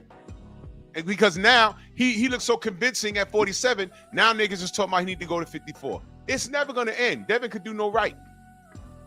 But Rolly's on the chopping block, man. Trill Will in the building. Salute, bro. Hey, salute, Drew. What's up with it, man? What's up, Stephen L? What's good, my brother? Good morning. Happy Turkey Day to y'all. Shout out to the mighty LDBC. Yeah, I agree with Stephen L. He ain't gonna make it past 6. Hey, y'all, I want y'all to remember something. They didn't think of Bud Crawford as a monster until he got to 47. I want y'all to remember that. Hey, remember that. You know we remember. We was there something at the beginning, baby. You already know. Yeah, they didn't think of Bud Crawford as being a headhunter or a killer until he got to 47. When he got to his fill out weight to where he can stretch, he can do his thing, he can use his power to the best of his ability, and that's the reason why I say Devin's gonna start taking heads off at 47. Yep. And don't be surprised if he dropped everybody he fight, bro. Don't be surprised, bro. Like, bro, like I say, I ain't no gym rat, ain't none of that, but I know a good athlete when I see it. I mean, not good, a great athlete when I see one. You know what I'm saying? It's like, he never boxes like at the same time, bro. Like, come on, man. Like I say, bro. And they're picking up to his power, his you know what I'm saying, his grown man, you know what I'm saying? Right. You know, age group, bro. Like, come on, man. Oh, just wait. Just wait. These people they gonna see, bro. They gonna see. They gonna see. I remember when Trill Bill was talking about it's the Haney era. Y'all finna see this in real time. Haney finna go in, Devin's finna go in here and take heads, take names, and he ain't gonna look back. And I hope he stay on the same energy that he was on, not listening to none of these fair weather fanboys out here lying to themselves, making up narratives about him. Because it seems like one thing that stuck out the most about this fight with Brian Norman was the commentary. The commentary, on one hand, when Abdullah Mason came out, they were talking about his perseverance, his grit, his will to fight. He got knocked down in that fight against Vasquez, and they was talking about how he was able to overcome the odds and do this. But when Devin came in, all of the Latin snake was talking about was Devin is chinny, and he's this, and he's that, and he's the and we don't know if he's the same since he fought Ryan Garcia. But what people keep taking out of the context and taking out of the whole conversation is the fact that Ryan was on pads, number one. He was overweight, number two. And then he got in there with Rolly Romero, of all people, who got utterly destroyed by the ancient elder. And they gifted him that fight. Like, he comes in there and looks like doo-doo against him. And yet there's nobody talking about the after what happened. All this, they always try to have something negative to say about Devin. It's crazy. And true, what I was gonna say is he got the names already. You know what I'm saying? Rolly number 8 on the list. You know what I'm saying? Oh, he on there, so all that cherry picking mess, get up out of here with that bull crap. You know what I'm talking about? Facts. Yeah, I got me using 80 words. I said bull crap. Let me ask y'all a question. Out of all the active fighters today, can you name the fighters that have a better resume than Debo Dev? Yeah, he took Lomachenko's. He took Sean Porter's. He took who else he takes? Yeah, those, because them two had the best resumes before Dev, you know what I'm saying, started doing the stuff with him. Dev took both of them. Hey Drew, did you say they was gonna try to make Brian Norman sound like he was a scrub and he was a bum after Devin win? Didn't we all say that? But that's they do that to every Devin opponent. It's like the Mexicans. My mama, they do, bro. Like Facts. they do that to all his opponents, but they gonna keep doing it. They ain't got no choice. You know what I'm talking about? They gotta keep the hate Right. moving. You know what I'm saying? Yeah, bro. You know what I'm talking about? Yeah. Village brother, salute, good brother. Salute. Happy Thanksgiving to everybody. Hope y'all are safe with your families. I'm at work right now, but somebody got to do it. You know what I mean? Time and a half, baby. That time and a half. That's right. And I started to work today. I started to. So I wanted to point out something real quick. I don't know if y'all I've been watching everybody's stream about how Devin, put on a clinic, and it's something kind of funny that I remember watching Devin, and then it reminded me of an incident that happened with Bud Canelo when he was fighting Canelo. There was a little, I forget which round. I don't know if you guys remember this, but it was in the later rounds. Bud was so effective in disrupting Canelo's game plan that Canelo literally walked off for like between exchanges. Yep. And it was I've never seen him that frustrated ever. Ever. And Hey, then, he thought the bell rung. You're like, you know what, bro? I ain't gonna do this no more. yeah. And then Devin, it was something very similar. I think it was the ninth round. Was it the ninth round? I think it was the ninth round. It was like latter rounds as well. And Norman came up with like a hook, but it was far. It was he saw it a mile away. He literally walked off. You remember that? Yeah, I do. He was done, man. He wanted to go home. He already got his money. He wanted to go home.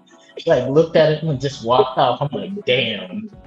He was so cold. And I say all this to say that greatness, I think everybody can see greatness. And I think, especially with how Dev won against Norman, no, I know there was a lot of bullshit that came alongside during the movie, before the match had happened. But man, like it was an amazing fight. He's gonna kill Roly. Yeah, he's gonna kill Roly. And I don't know. They only like. What are your thoughts on what could Roly do? Roly can't listen.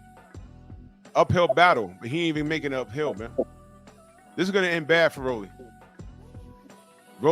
This is gonna be a stoppage, bro. This is gonna be a stoppage. He might get hurt bad. He might get wobbled. The ref is stepping in and be like, whoa, nope, you can't go. And I got another thing for this Roly versus Devin. If somebody, because they talking about in February, they want to be there. They want to be on the same card. If people talking about, oh, that's too early, bro. My man's Devin is taking no punishment. And like we say, he's an old school fighter, bro. They fought more than 3 times a year, bro. Like, ain't nothing wrong with him doing what he's doing. You know what I'm saying? If you fight in February, that's enough time. You know what I'm saying? Like, yeah. Shit, man. Yeah.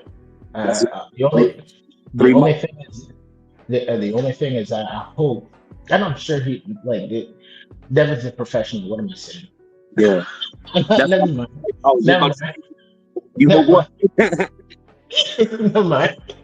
So I say he lived his life, bro. He's like out of mind, out of sight, bro. You don't see the man out. You don't see him doing nothing, bro. Like every time. Facts. Healing his body up, stuff like that. He's prepping for the next thing, bro. That's why I say in February, that's good enough for me too. If he say he good. I'm good too. Sure. He let the box life, bro. Facts. Main biker in that super chat, he says, Cocinero, Feliz Thanksgiving, Buenas noches. What is my brother? What is this? Yeah. My man, I'm saying he's fully bilingual. He's talking about, you know what I'm saying? I can help you a little bit. And remember, Drink Modelo, my peace friends. out. Y'all have a good one. Hey, All right, salute to you, village brother. get that money, bro. Now I wanted the young man, I think it was a young man that was in the chat, talking about what Devin does wrong. Oh, wait, hold on. Scrapbook Boxing in the building. Salute. He says, peace to my brother Drew Titan and all family members. Happy belated Born Day. Thank you, brother. Eat correct this afternoon, family. Peace to all black fists that punt work from 1700 to present. Peace. Y'all go.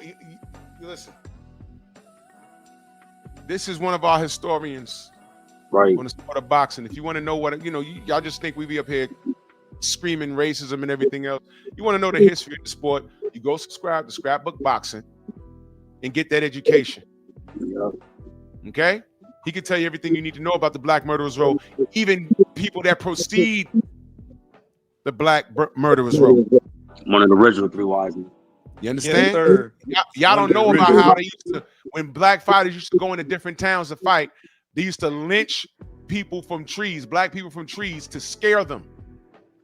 If you win, Negro, this is going to be you. Y'all have no idea the history behind this thing. So when they say, oh, this is a gentleman's sport, get out of here. Right. It was never a gentleman's sport. And this was always about race. If somebody was fighting and they were from your town, they're fighting with their town on their back, country on their back. So I support guys like Devin Haney. I support guys like Deontay Wilder. And people don't even know, Drew. Deontay was just in Chicago a few weeks ago, giving away stuff. You know what I'm saying? Like, you know what I'm saying? Being a community man. You know what I'm talking about? But that's things they don't know, but I know. You know what I'm talking about? Just saying, bro. Real people's champs. And Nobody I put that cares. as Devin the same way, Mm-hmm. Clarissa the same way, Deontay, all them dudes, all the ones they hate, bro. All of them. It's all right. We got all the real love right here for them. You already know. Real love. Yeah, shout out to Scrapbook, man. I've learned so much about boxing from Scrapbook, and rest in peace to Kurt Sugar and Stormy B, man, the three wise men. I learned so much about boxing, and I'll never forget the show I did about Black Murderers Row with Kurt Sugar. And I remember getting tutelage from Scrapbook Boxing, and shout out to you, Scrapbook. I like to give you your flowers where you can smell them. Shout out to you for all your hard work, man. I appreciate you. You really inspired me to go and, do more research, learn more about Black history when it comes to the sport of boxing. Being that I box amateur, you know what I'm saying? It really, really put a whole stamp on everything that Black fighters do in this ring. Shout out to Scrapbook, man. Y'all gotta pay homage to that man. That man has done some work. You hear me? Always. Absolutely. Sure y'all's getting emotional and stuff, man. Dang, man, I'm trying to hold it in. Now I love that in my life, for real. No, Prez, I gotta pay homage where homage is due, bro. You already For know. real. Prez has joined the panel, and our brother Mr. Ishmael, he joined the panel. I'm gonna go in order. Prez, good morning, young man. Happy Thanksgiving. Yeah, good morning, everyone, and good morning to the room. Happy Thanksgiving. I wanted to talk about a couple of things, but not for too long. So I want to give props to Devin Haney for his win against Brian Ormer Jr. That was good. You proved to be a true champion. You are a true challenger, and you won the belt. Congratulations to you.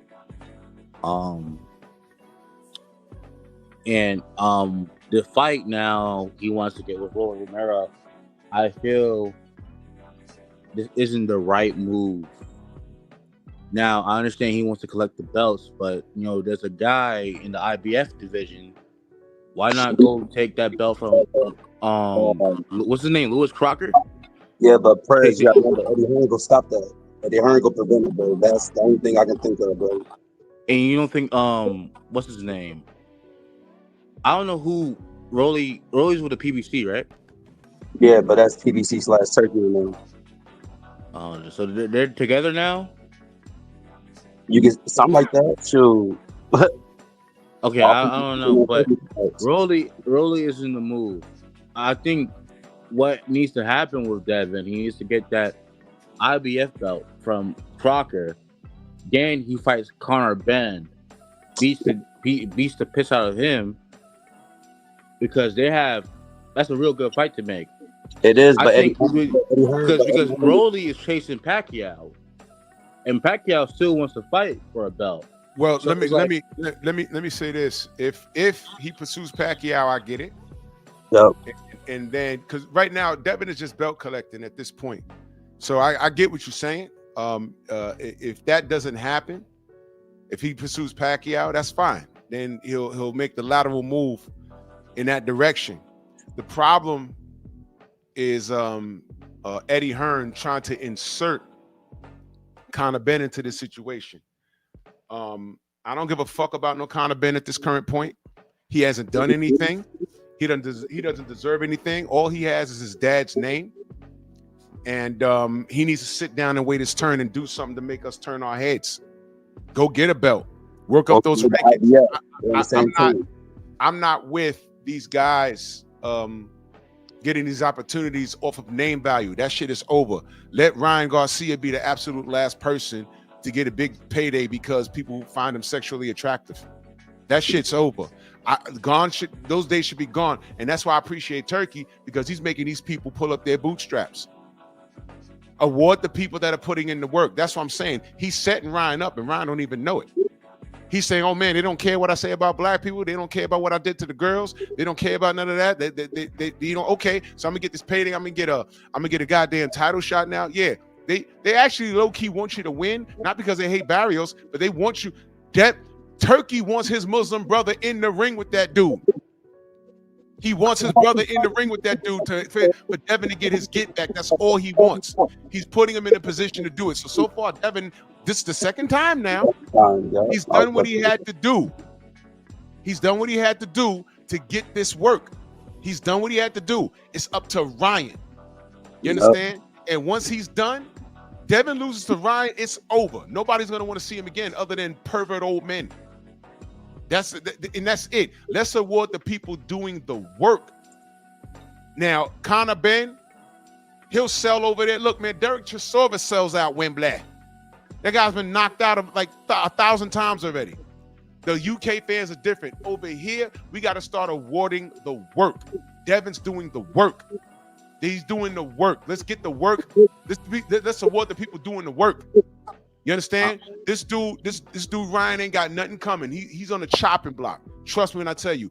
And Rolly Romero, he can do what he wants to do right now. If he's going to Pacquiao out, that's fine. This other guy, Crocker, IBF, the only people that can get away with that is Eddie Hearn. But I'm not hearing this Conor Ben shit at all. I'm not hearing none of that. He need to go do something. Work his way up in the ranks. Do something. Get a belt. Because what has he done to deserve a Devin Haney fight? The answer is nothing. He hasn't done anything. I'm just talking logistics here. I'm talking about what I've seen in the boxing scene, the boxing world, and what fights make sense for these guys who have these rivalries, I'll say. Also, I believe since Devin Haney has a list, you know, I'm like, okay, I know Rolly's on the list, but he's like 8th on the list. I know a guy's name that's a little higher on the list. Why isn't Devin Haney pursuing Jerron Boots Ennis? He did already, brother. Well, he did, but that's when he was 147. Boots said he wanted to fight him at 152 at a catch weight. All right, well, he just got to 47. How's that fair? Oh, it's not. I mean, it's not okay, but they're still going to fight though. It's not like. Let me ask you a question before you go any further. Let me ask you a question.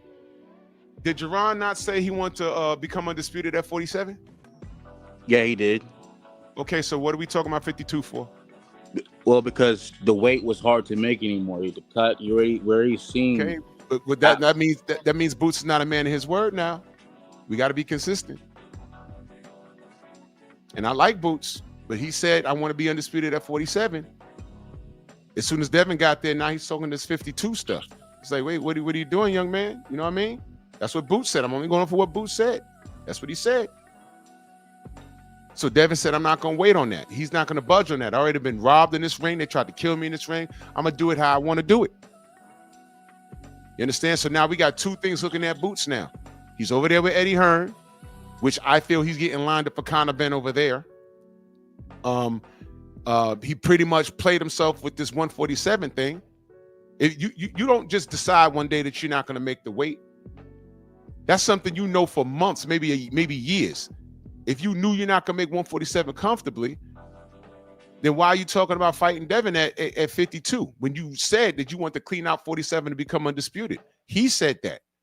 He was just screaming and crying about not being able to get into to the ring with Bud and Errol and stuff, and he didn't close the deal. They're gone now. He was supposed to clean up 47 because by now, if he kept his word, he'd have been at least 2 to 3 belts up, and Devin just got there, and we'd have been looking at that. But he didn't want to stick around. He felt he was dehydrated, couldn't make the weight or whatever. Fine, so you moved up. But he was on a list. But if Devin is just getting to 47, don't catch weight the young man and say, I'll fight you at 52. Don't do that. Because Boots is not keeping his word.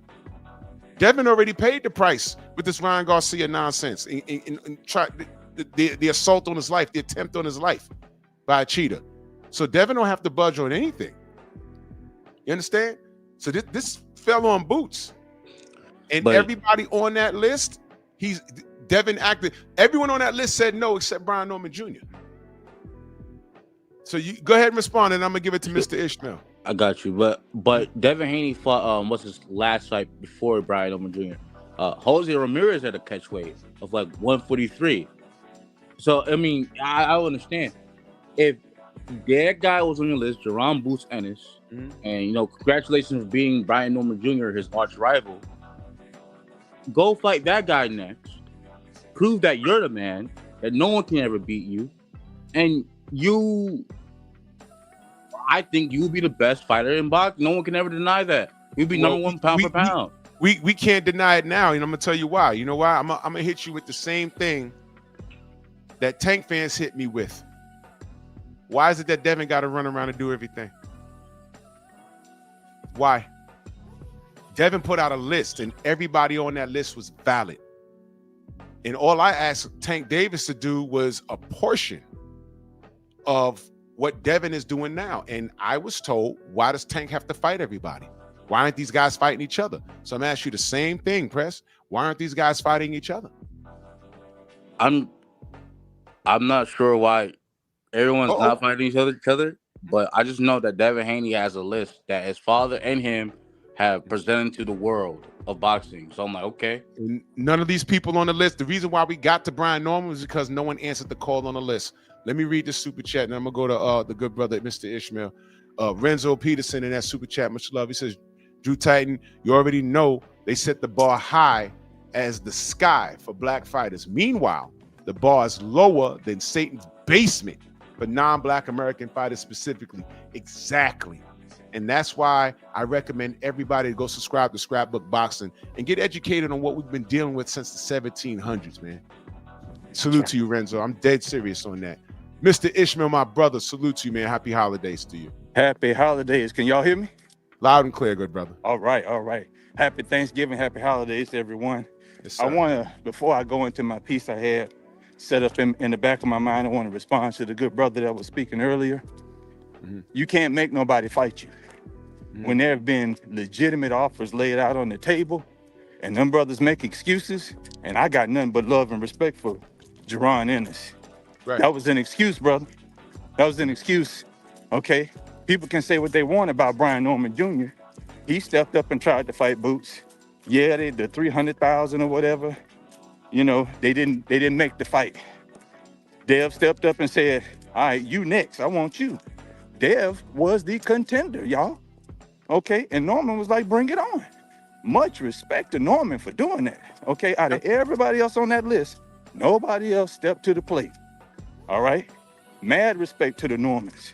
But the other thing I want everybody to kind of pay attention to a little bit is don't let Eddie Hearn and don't let some of the UK folks, no disrespect to the good ones, and Ben and his people trick you into believing that that's a fight that should be made. He ain't did jack diddly, but eat some eggs and get and weight drain Eubank, okay? He's done nothing. He don't deserve it. Everybody's talking about there's no rivalry there. Okay, the brother has done nothing. He's a blown up 147 dude, and when he come over here, he barely won that fight down in Florida. Okay, let's go back and think about some of the sacrificial lambs out there that showed us about the cheaters in the sport. Who am I talking about specifically? Our good brother Deontay Wilder. Yes, We sir. all know. We all know that he was cheated in every fight with Tyson Fury, and it damaged his career. We know that. He tried to kill that man. So I wish, I don't know Dev or Bill at all, okay? Not even remotely close to him, but I wish they would never give Ryan Garcia another chance. I wish they would never give a certified cheater another chance, or a chance in Ben. They don't deserve it. Your level's above them, not only in the ring, but with your integrity, okay? They don't deserve it, y'all. Keep pushing, just like he stopped talking about Tank. He moved on.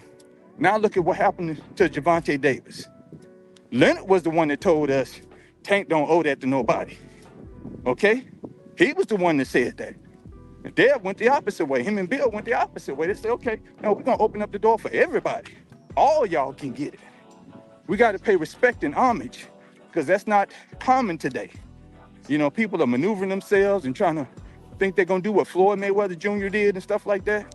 People can say what they want about Floyd. I remember him turning down too much smoke, okay? They can say That's what right. they want. You see what I'm saying?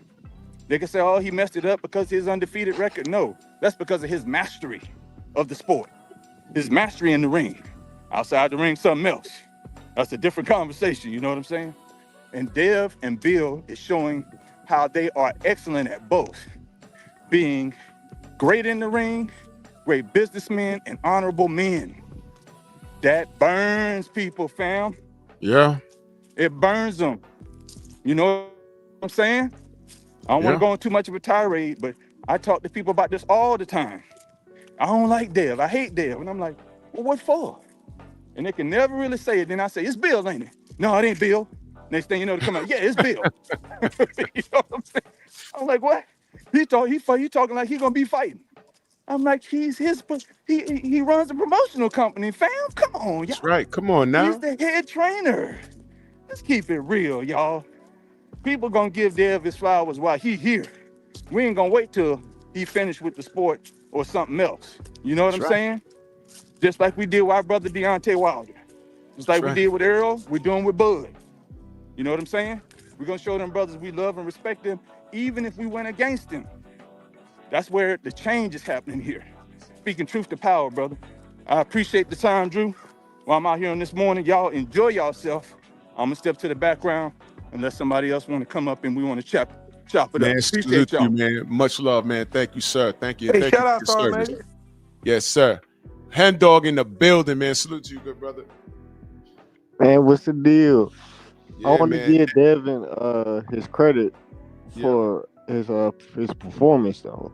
But Brian Norman, he could have won that fight if it wasn't for his father being so arrogant and being so cocky, and his hatred for the Haneys compromised his son losing that fight. You know, if you wouldn't have said after round one, this is after this round one, talking about he don't have no power. You know, power, it just don't just happen in this round one. It just happened overnight. It happened over years though. You know, so he came from the Mayweather gym though. So for you to say he don't have no power, it's like, come on, man. Then you send your son out to go get him after this is round two. After he got caught, yeah, he was hesitant. But you didn't give him the instructions after he got hurt though. You know, to calm him down, you know, to tell him to coast it, to tell him to use lateral movement, to tell him to keep his head off the line, make sure you tie him up. If you can't tie him up, push him off you. You know, spin him when he's on the ropes. You know, lock his head. You know, little stuff like that could have won him the fight though. But his arrogance, his cockiness, you know. But man, I ain't gonna lie. Now listen, man. Now listen. I know you picked Norman. Yeah, And I I understand. study him, man. I'm like, you could have told him like, remember that fight when you broke the guy's guard?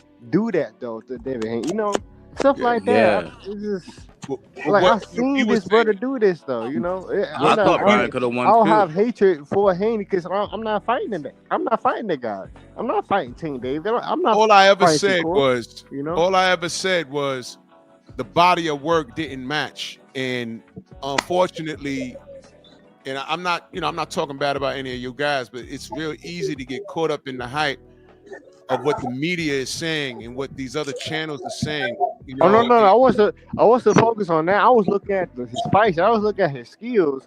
But everything that Brian Norman did to other opponents, simply put, those opponents weren't Devin. He was outmatched, man. He was not ready. He's a strong kid. He's a powerful puncher. But I told everyone, all he has is a puncher's chance in reference to Devin. And whatever skill set he had as far as foot placement and punch placement, all that other shit, is not on Devin's level. And that's why I said the fight would be won. I also said that Devin, y'all can't tell us that Devin's too big, and then he goes up to a weight, and now he's going to get knocked out. You know what I'm saying? And I said Devin's going to hurt. I said Devin's going to hurt him. I said don't be surprised if Devin hurts him. And look what happened in round 2. The fight was already won because the mindset. Haney treated him like he was Boots. He was treating him like he was Bud. He treated him like he was Tank. You know what I mean? He went out there and trained his ass off for that fight. He treated him like he was a champion, like how he's supposed to do. That's he brought out Mickey Bay. He brought out other people. He sat there hurting his sparring partners. Come on, bro. Stuff like that. I'm like, you don't have no discipline. As a fighter. And the problem was that Brian Norman Jr. didn't have any head movement in the fight. His head was in the center line the whole time.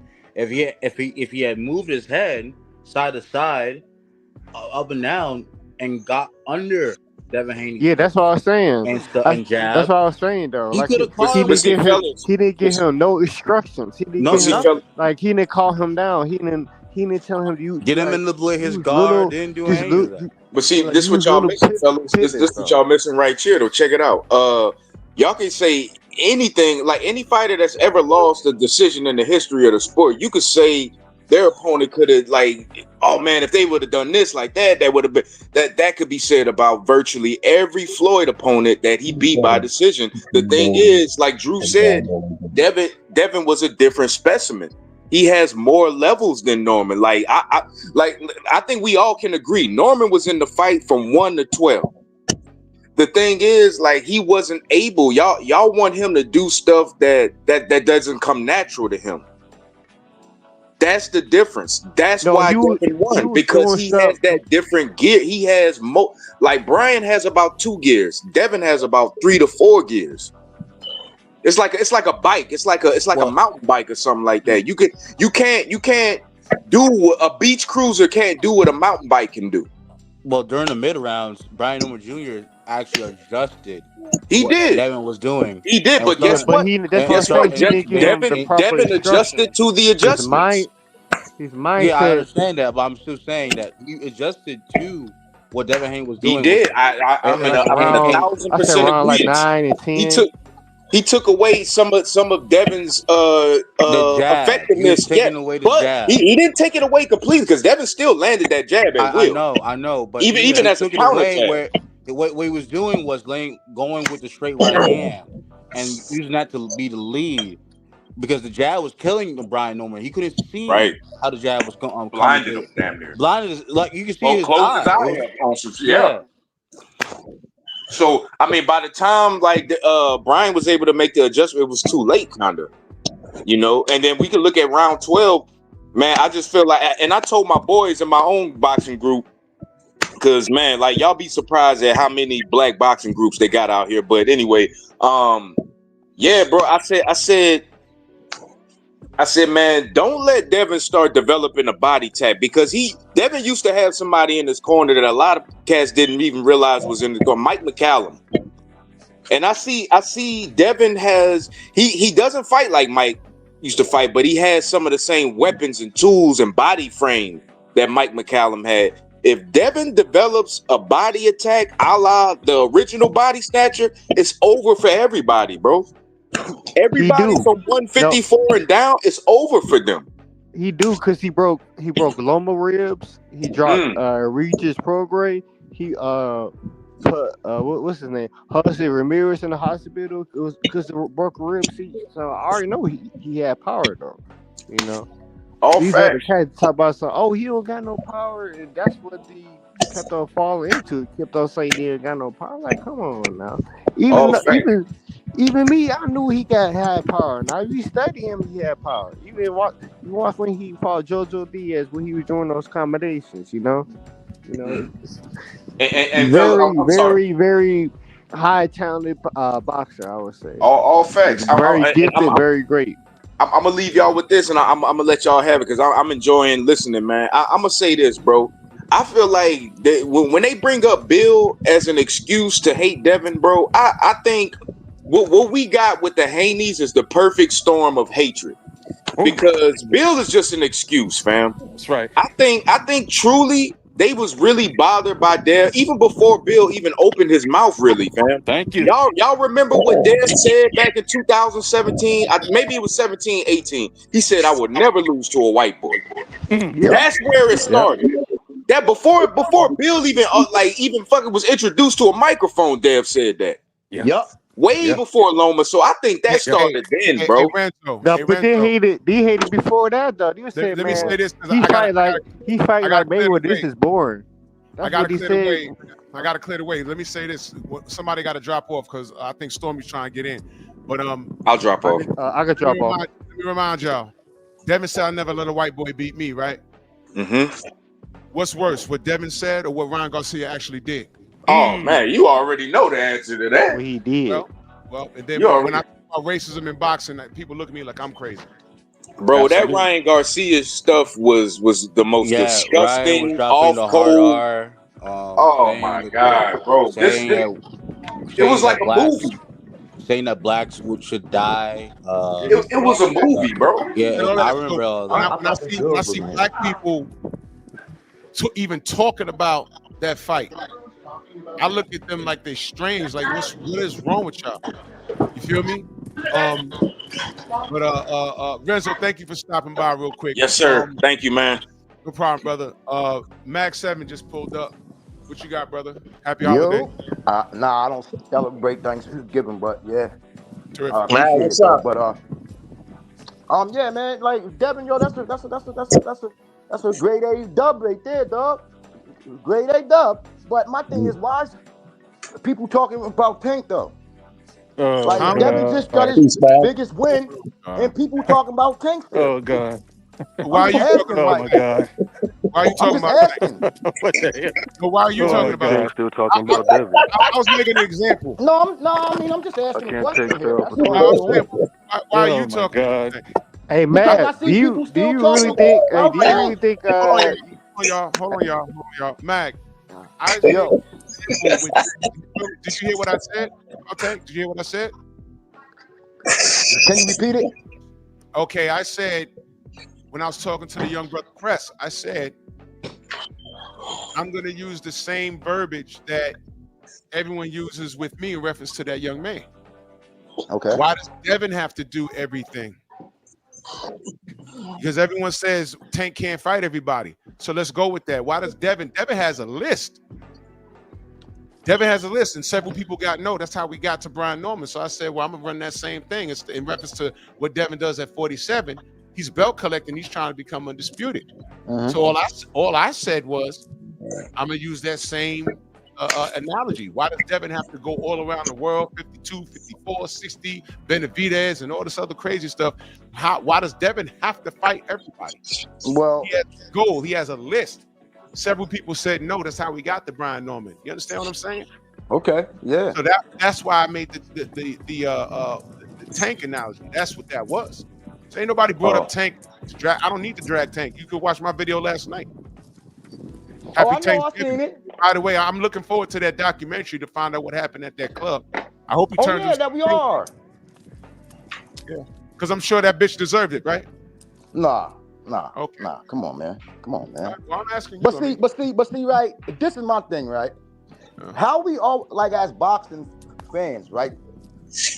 How can we drag a personal life though? I'm not talking about You changing put your Devin's personal life personal out life, there. bro. I'm talking about boxing, bro. When you, all right, stop. I'll get back. I'll get back to that. Stormy, let's talk some boxing here. Thank you. Yo, good morning and happy Thanksgiving to everyone out here in the chat, everyone out here on the panel. You know, there is a contingent here where Drew made a very valid point a moment ago. And when he threw that question back in the lap of people questioning Devin, why does Devin have to do all the work? You guys remember that phrase that y'all were saying about Errol doing all the heavy lifting? Yes, sir. This is something that can be applicable to Devin because it goes without question that Devin is willing to fight all of his contemporaries. The list that Devin put out, those men on that list aren't even interested in fighting each other on the list. There you go. So what Devin is pointing out is he's pulling the whole card of his contemporaries. And then you followers who are still questioning, why doesn't he do this? Why doesn't he do that? You are a part of the problem because he has already shown. The man stayed at a weight class maybe 4 years longer than he needed to because he was trying to make the fights for the people. And then when he was cheated to the core, you aligned yourself with the cheat.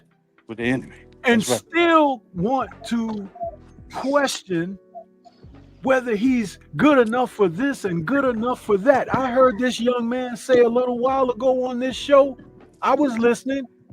He says, well, why doesn't he fight Boots Ennis? Boots Ennis is not a 147-pound fighter anymore. He's already had his fight at 154. And if anything, why doesn't Boots get his ass on in there with Ortiz? Because that's where he is now. But Devin, who just moved up to 147 in this past weekend's fight, fought his first fight at 147, full-fledged, and won convincingly.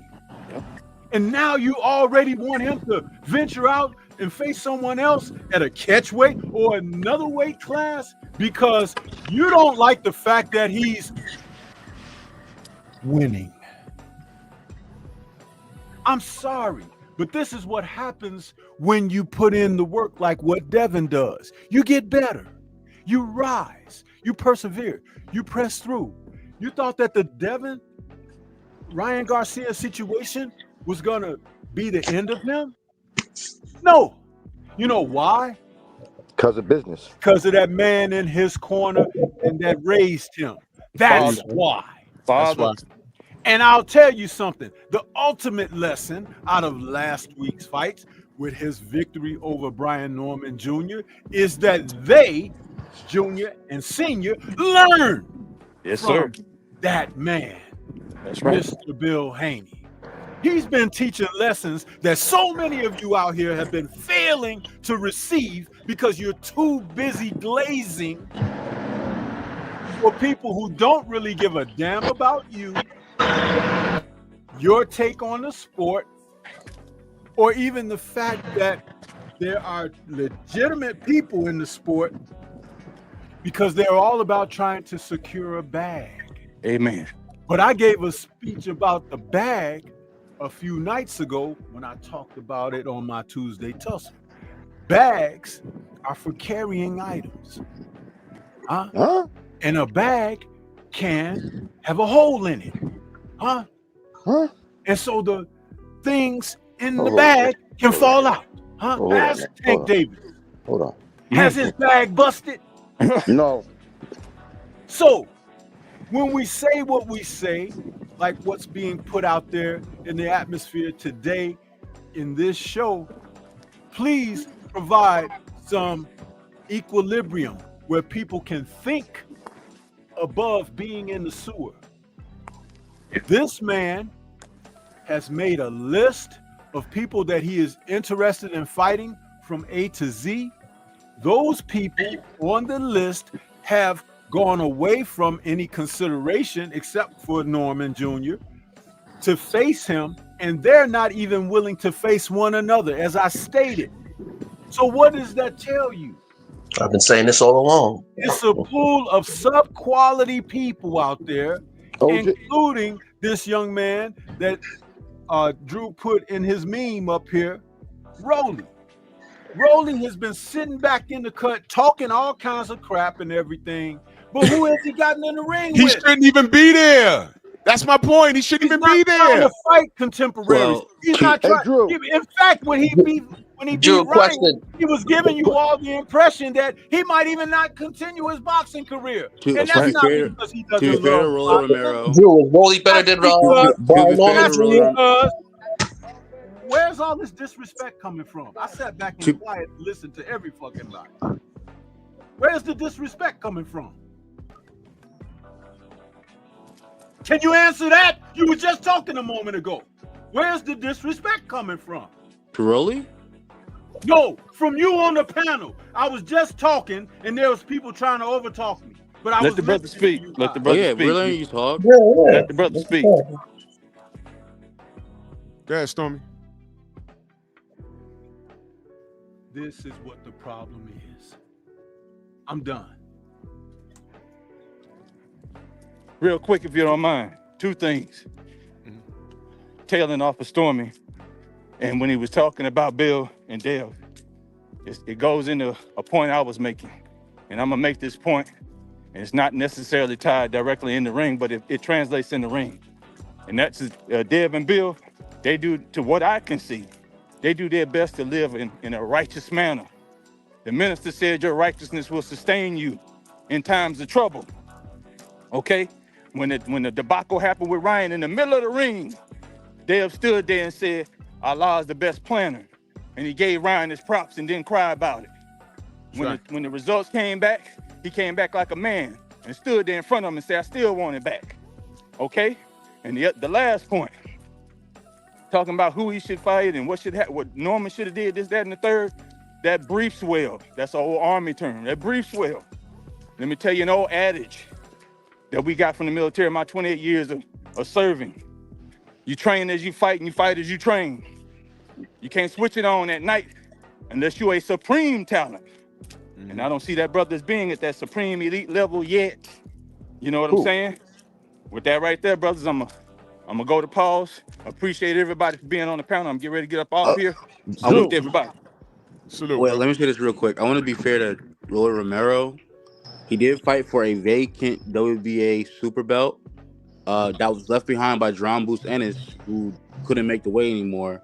So, I mean, it's not his fault. He was elevated to fight for that belt against Ryan Garcia, which was pitted to be a super fight in the Turkey Al Sheikh Riyadh season card that had Devin Haney in it and Tio in it. Right. They're all fighting. So real quick, so he was elevated, right? Yeah, to fight for the belt. What? Who did he fight for the belt?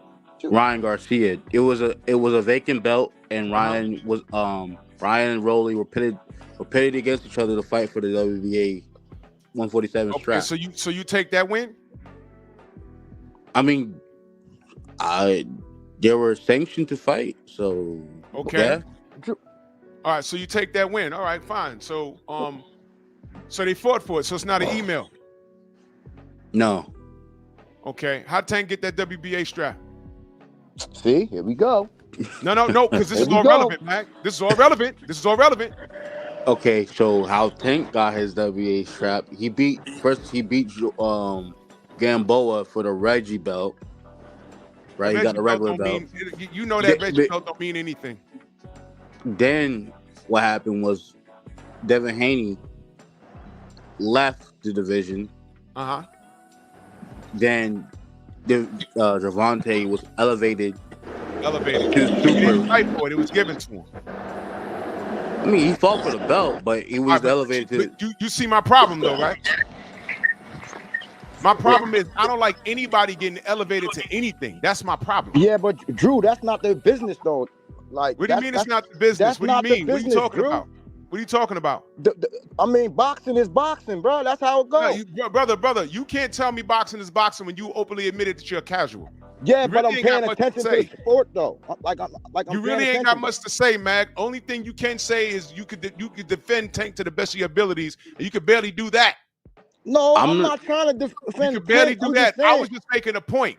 The Yeah, I man know, was given a WBA strap. He was given the WBA strap. He didn't fight for it. That's Devin's old belt. He never fought Devin for it.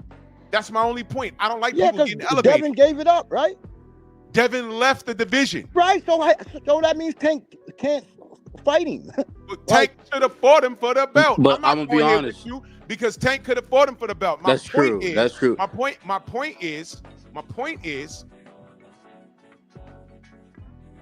there was a franchise status at 35.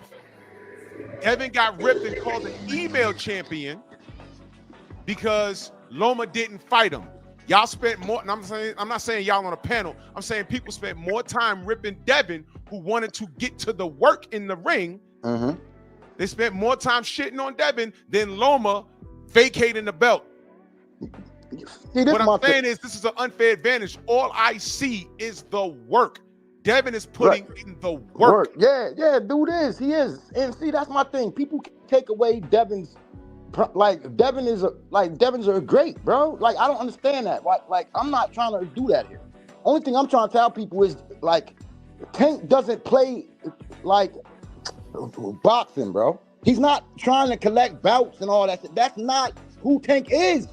There you go. Stop right there, Mac. Tank told y'all this already. You just said it. Now, early in the show, I get said it. Devin is chasing legacy. He's belt collecting, getting his money at the same time, and building up his resume. But at the same time, everybody that he didn't fight, it was their fault, not his. Okay, cool. That's what I said. People can't argue that. I can't argue that. Then that's it. We can stop right there. Yeah, I mean, I can't argue that. But see, the thing is though, when people still try to compare Tank and like Devin Haney, bro, man, you can't. Tank said he wanted to be undisputed. I don't know. He did. Okay. Cool. But then guess what? Floyd told Tank no. That's not what we doing. Who told Tank no? Floyd. I mean, it's obvious. It's obvious. Mag, let me give you some advice. He taught Tank to get the bag, man. That's my He advice. taught Tank to get the bag, You gotta bro. stop making shit up. You gotta stop making shit up. Everything on Tank's side of things. He taught Tank to get the bag, bullshit. Drew. Everything is bullshit. Leonard Ellaby said Tank makes his own decisions. And then y'all was saying that Floyd makes the decisions. And all we're asking is which one is it? Because he has a whole bunch of contemporaries that he did not fight. I'm gonna ask you again, Mag. Look at the picture. Okay. Yeah, I mean, I've seen this already, man. Okay, so why did he could have fought anybody on this picture? Okay. The one person he did fight, he fought to a draw. We can't even get that goddamn rematch. As a matter of fact, Mag, I'm glad you're here. Why didn't you want Tank to fight Josh Taylor at 140? Yeah, I like you said that on Champ's side, and I don't remember that, bro. I mean, probably I did, but I don't even know who Josh Taylor is, though. I'll say this. I don't even know who Josh Taylor is, though. So Josh Taylor. Whoa, hold on, Press. Okay. What do you mean you don't know who Josh Taylor is? You said you was very specific when you was on my panel last time, and you said you didn't like the Josh Taylor fight at 140 because he's rangy, he's a real welterweight. That's what you said. Well, that don't sound like me because I don't follow people. Brother, you know what? You absolutely said that. That Tank and fight better be a. Huh? And then you on Champ's side talking about yes, Tank and I still believe that. Hold up. I said if Tank had better be size, Tank will crush him, bro. Well, he got 15 people size at 135. He didn't even fight them, bro. Well, but that's not the question here. that's not the question. You just asked me about. Doing here. You see why this is crazy? Prez. Let me go to Prez. Am I making sense here? I'm Of here. course I'm they hearing going. you. Hey, that's you And are, bro. the reason why I was going to talk about the Josh Taylor thing, well, what I'm going to say about the Josh Taylor one is, Tank after the fight with Mario Barrios said he wasn't comfortable with that weight, Right. 140. He said he didn't like that weight. It was too big for him. That's why he went down. That's why he fighting Jake Paul at 190. But that okay? Man, come on, bro. Wait, we'll get to that. We'll get to that. We'll get to that. Man, Right? Man, it's an exhibition fight, yo. What Let are me you tell talking the about? man something. This guy has made everything you said about him. He makes y'all look a certain kind of way. I don't think he does. Y'all with him when he says something and he contradicts himself and he leaves y'all out to dry. Shit, I'm always with him. This is bad. This is It's all Shit, bad. no. But wait, Drew, let me say Drew, this. I'm always It's about with him. skill. It's about skills, right? It's about the caliber Skills of and fighter. thank you. But wait, Skills. hold on. It's about the caliber of fighter. Josh Taylor is a way better skilled fighter that is very dangerous. Now, don't get me wrong. Weight does matter. Weight does matter. If Tank Davis is going to fight Jake Paul, then yeah, we're going to start questioning why didn't you fight all these other guys? Why didn't you fight Devin Haney? Why didn't you fight Regis Prograis at 140? Why didn't you fight Josh Taylor at 140? We're gonna question you because why are you fighting this big old dude who's a natural cruiserweight, right? So yeah, I already critiqued Tank on that.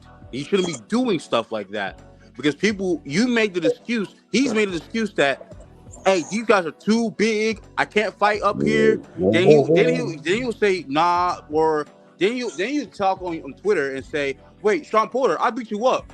And Sean Porter was 147, and Sean Porter was criticizing Tank for not fighting the bigger guy, and he was shitting on him on Twitter. So yeah, Tank is contradictory. He doesn't know what he's talking about. I already admitted that, but I go off what they say. I'm going off what he says.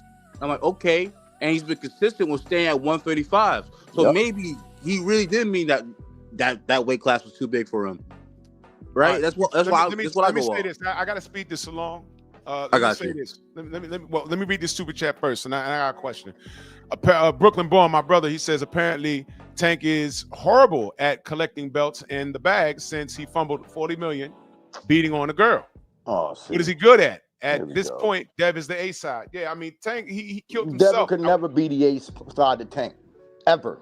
Now, you're wrong on that. And I'm Well, the people ain't gonna say that. Let me ask you a question. I'll tell you Who'd that. you have Boxing winning? ain't gonna Who'd you have say winning? that. Tank or Jake Paul? Bro, that's not a real fight. But I asked you a question. Who did you have winning? You had Tank winning? Yeah. Who do you have winning? Jake Paul or AJ? Come on, man. I'm asking the question. AJ. You got AJ winning? Yeah. So AJ's better than Jake Paul? How? Because he's a boxer. Okay. What's Jake Paul's record? I don't know. He's like 11-1. I don't follow no Jake Paul. All right. Now, ain't nobody was talking about no A side, B side because there was 25 million on the table for each of those fighters for Tank to go to Saudi and fight Devin. Oh, wait, hold up, Drew. Tank said no. Hold up, Drew. Turkey said that's not true. Turkey said that's not true. Bullshit. It's absolutely No, he did true. say that's not true. No. You don't know what you're talking about. Bro, He Turkey said I said have he 50 never even mil. offered Tank He said I have anything. 50 mil come to Saudi. Tank said, I'm not going there because Devin is his guy. I want 2 Ferraris. And then Turkey said I have 2 gloves. Okay, but he didn't offer Tank no contract though. Dude, why didn't he go down there and fight him? What are you talking about? Mag, bro. There was Mag, no you should have contract. He said, didn't agree to anything. Mag, in your argument, you should have said, how come Turkey didn't send him 2 Ferraris though? No, bro, Tank was just playing about that. Y'all see, that's what I'm saying. No, he's not just playing. You know why? Listen, bro. Listen. Hold on, You should have said no in your argument. You should have said, if Turkey is so rich, how come he didn't send him 2 Ferraris? Right. Yeah, I mean, yeah. Hold on.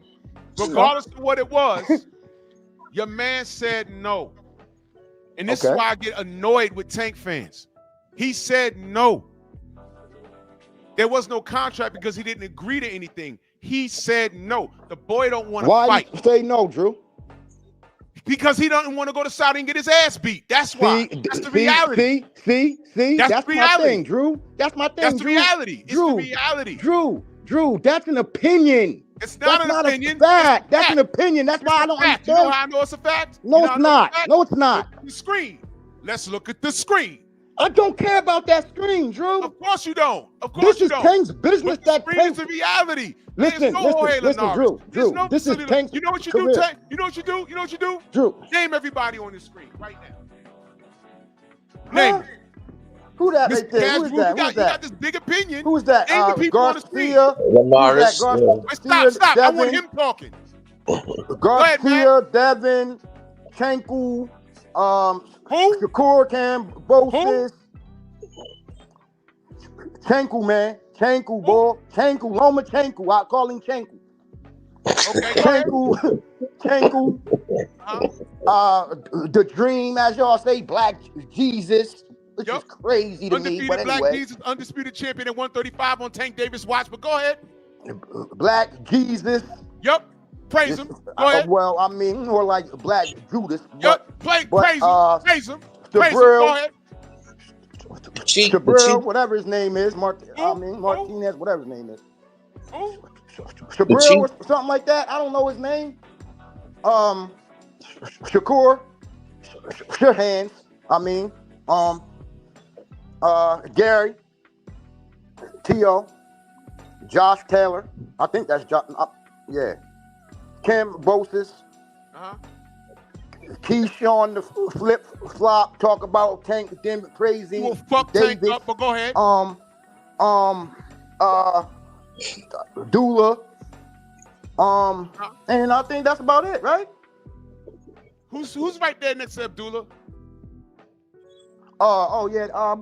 That's the boy that still got the champ. That still got the belt today. I forget his name, but yeah. Dude, okay, yeah, right. You forget his name. Yeah, I do. Okay. He still got a belt, though. I left three guys off of here on purpose. Why didn't Tank approach any of these fights? Because that's not in Tank's business plan. His business plan. So people can't say, "Oh, he's scared of them. He's scared of them." You can't say that. Y'all can't stop doing that. Oh my God. That's not in his business plan. Ladies and gentlemen, you hear it. But Haney's business plan is Boots, Norman, Rolly. Good. I can keep on Devin going Haney now. right now has a Hall of Fame resume. Drew, yes. He got deeper pockets than Tank. I don't understand. I don't know about that, but yeah. No, I do know about that. I do know about that. Remember who I talked to. I do know about that. So I don't know. I do know about that. I do know about that. Okay, yeah, because Turkey came to save niggas. Hold on. But hold up. Turkey came to save niggas. Now, Tank don't need that shit. It's not the same because Tank spin, bro.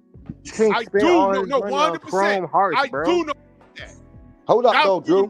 Hold on. That was proven before even Turkey got into the business of boxing. Nah, Turkey came to save niggas. Yes, sir. But who got the second best record made in? Hold up, yes, man. sir. You don't Hold believe up, me? man. You know what you do? You know what you do? Hold up, man. Go to K-Ho page and ask him the same question. Go. What's the question? Who got deeper pockets? Since you want to talk about money and business, go to his page and ask him who got more bread. Drew, I can't tell you that. Drew, I can't tell you that.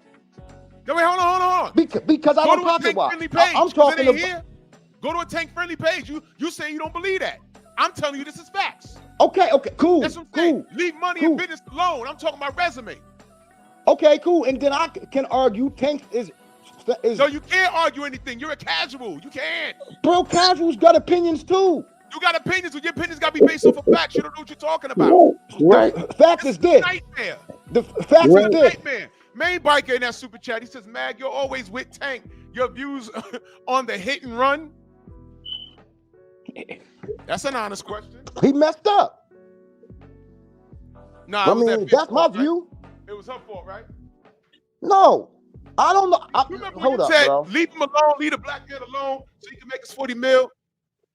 See, this is my thing. Y'all talking about Tank's personal life, bro. I don't care about his personal life. I don't get it. I'm talking about Tank. I would never understand it. I would never understand it. You can't make me understand it. This is bullocks, like they say in the UK. This is bullocks. Hey, Drew, Bro, question this though. is bullocks. Hey, Drew, Listen, Tank has to fight can you these take guys, accolades man. to the bank? 135, bro. He Hey, has Drew, to, can you bro. take accolades to the bank? Listen, He if will. he's still He will. fighting, Yo, he listen, has to Tank fight can't these even take his own guys, money to the man. bank. He about to give it to the bitch he beat up. I'm just asking, can you take? Can I ask you why was Tank going to a strip club to beat up a bottle girl? Because that's his business. That's his business outside of boxing. It's That's his business. That's a business. That's Facts. business. That's business. Beating bitches up. Come on, man. Y'all can't. What do you mean? Come on, yo, bro. I didn't want to do this judge morning. a person. I didn't want to do Hold this up, this Drew, morning. You Drew. came on here jumping to this kid's Nah, defense. Drew, listen though, Drew. Mag, Listen though, you Drew. were the reason why Tank is a fabulous fuck up. Guys like Drew, you. wait a minute, Drew. Hold up, man. This is my thing though, Drew. People can't judge people. He just beat up another girl, man. What are you talking about? That's the problem. He Like, just beat up another girl. What are you talking about? Okay, maybe Tank got a problem doing that. What do you mean maybe? It's no maybe. He has a problem, brother. Okay, now he gotta go fix that shit. But y'all can't sit here and down the kid's career because he got problems outside of boxing. Is it costing him money? Why do y'all do that? How much money is it costing him to fix this? I don't know, Drew. I don't. I can't tell you that. But you know what I do see? You know what I do see, Mag? I see that list that Devin got. I know that he made $12 million over this weekend. Shout out I know Dev. he beat the shit out of Brian Norman Jr. Yes, I'm looking at the shout resume. out I Dev. see undisputed at 35. I see a champion at 140. I see a champion at 147. And guess what, Drew? That's what I see. I And- see that and guess resume. what, Drew? I see that bread. I see And guess what, legendary Drew? stuff here, and I see Tank going to fucking court and beating up another woman. And guess what, Drew? Even through Devin's biggest accomplishments, y'all still talking Tank. No, now you that's came up crazy. here talking about Tank. I wasn't. Now that's crazy. You came up here talking about him, and I'm talking. See, you're Mag. You're so fucked off. Everything that I set up the Tank up into a certain period was out of love. It was like, yo, come on, brother, get right. I know that. I know that. Can't get right. You told me, but Drew, guys like you told me, leave him alone, let him get his money. I left him alone, and what did he do? He beat up a bottle girl and blew the $40 million bag. Yeah, he did. Yeah, I mean, I can't say that he beat her up. I can't say that, but for his. I can't say that he beat her up, but he did blow his bag. But you can't say that. They just said it was on video. But I just mean what they said. There wasn't any punches thrown. There wasn't anybody had no type of scratch on him or nothing. Dude? Are you still defending this dude? I'm just talking You're truth not helping here. him, bro. See, that's You're what I'm not saying. helping him. I'm You're not trying to help at Tank, all. bro. Tank needs to do that on his own. I'm a fan of Tank. I'm not a fan of Javante. There's a difference. Main biker in that super chat, he says Tank's personal life is attached to his boxing and biz. Exactly. His No, it's personal not. life has yes it is, because his personal life is why he's not getting the $40 million from Jake Paul, brother. Okay, when are you gonna understand this? Question: when Devin kicked his baby mom, right? Did he? I'm just Was he asking. arrested? Was he arrested?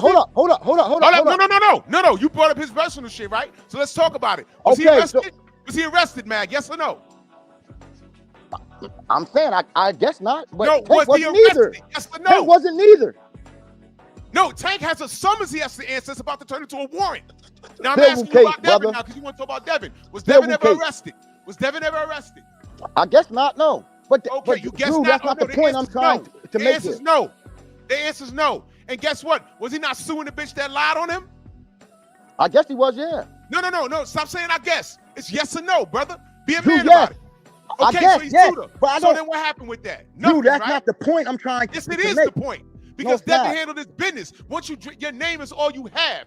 What's So- related to Devin is only boxing and white media cutting him down and knuckle dragging niggas. What's related to Tank is him being in the trenches and doing dumb shit and actually going to jail.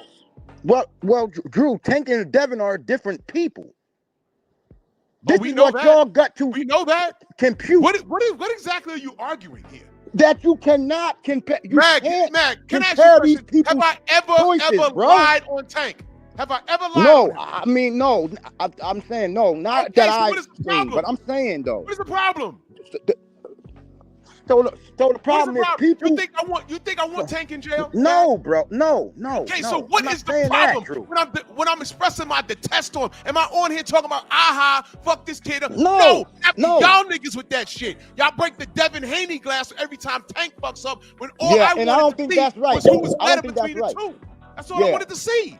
Yeah, I mean, listen, I'm not a Devin Haney hater, bro. I'm not. So it doesn't No, matter. bro, Like, you talking to me now. so You I'm talking to just me. saying. I don't give a fuck about nothing else. Okay. I So, don't care about that. all right, Drew. So if So Devin and Tank, wait, hold on. I never lied on Tank. I never had to. fact. Every time he does something, it pops up in the news, and niggas get mad at me for talking about it. He had the bag secured with Jake Paul. Y'all said leave him alone. I said fine, I'll leave it alone. I didn't even like the fight. I was concerned that Jake was gonna go in there and go off script and hurt Tank. You heard me say that, and he can't even get that right. Hey, Drew. So how am I wrong for pointing this out? Hey, How? Drew. Hey, Drew. Answer the question. So if Tank comes back to boxing, right? You talking about this what ifs? Fuck the what ifs. I'm concerned about now, brother. Okay. So Now he blew the bag, and he's once again in trouble with another girl. He blew the bag, right? Right. He blew the bag. Okay, but but it's obvious. Tank didn't. How am I wrong? No, Max, stay on I'm task. trying to, but How you am acting I like BS how now, am I bro. wrong for talking about it, bro? Yo, and I wasn't even trying to do this morning. How am I wrong And for talking BS about my man, but I'm just saying, like, he be cutting niggas off. But yo, so I'm just saying, bro, Drew, Tank and Devin are different characters, bro. You can't compare Tank to Devin Haney's choices, bro. Devin's a better man. People gotta cool. See, cool. But I'm not talking about I'm talking about the boxer, bro. This is boxing we talking about. We're not talking about who got better you know what I mean, dads and moms and who, Do you you know what I mean, understand that and Tank's all that outside shit. behavior has fucked off his boxing career? Okay, well, that's on Tank though, but you can't take the things Tank did away. You cannot do all that. you're left with is an opinion. You love Tank for whatever your reasons are. What do you mean? And you're walking around here saying that he beats Devin. All I ever said was, great, let's see it. And we never got to the ring because of Tank. It's him. He did that. But how do you know that it ain't the suits though? What are you talking about, dude? How do you know that it ain't people that's above Tank though? What? All right, let me read. I'm just saying. I'm just asking, Drew, how do you know that? He says Tank is a coward. He's moved as such. He's manufactured by Mayweather Promotions for the casual fan base. That's 100% National Geographic facts. No, it's this not. This dude is a marketing scheme, Mag. There was 4 belts moving around at 35. He was there the whole time. He didn't intervene and do anything. He didn't fight T.O. He didn't fight Devin. He didn't fight Shakur. He's not belt chasing. Exactly. He's dick chasing. That's what he's doing. Because he's dicking y'all. He got y'all fooled. He's not fooling me. I'm watching your work. Why is it that Teofimo Lopez has a better resume than Tank Davis? How is that possible? How did that happen? Fight, but I don't care about the resume game, Drew. I just don't. All right, now you just want to watch Tank shadow because box. it's bought and paid for, bro. I get it. No, that's just politics, put up bro. a pay-per-view of him just shadow boxing, and you'll buy it. Resumes are politics, bro. I'm sorry, they are. It's not politics. They're politics. It's not politics. I think it is. Wait, Tank picks and chooses his opponents, right? So does everybody else. Answer the question. I'm not talking about everybody else. I'm talking about Tank. Tank picks and chooses his opponents, right? Yeah. Okay, so again, Tank picks and chooses his opponents. He didn't fight anybody on his goddamn list. Okay, can I tell you why? He fought one dude. Can I tell you why? He fought one dude. Don't tell me why, because you don't know. You're a casual. No, yes, I do know. He fought one dude to a draw, and he refused to run it back. Drew, you go. Tank, the PBC you're in Tank, love with Tank, bro. They're beefing, bro. They listen, can't pay the kid. They can't pay the kid. Done here. Look, salute to everybody. Make sure you have a great Thanksgiving.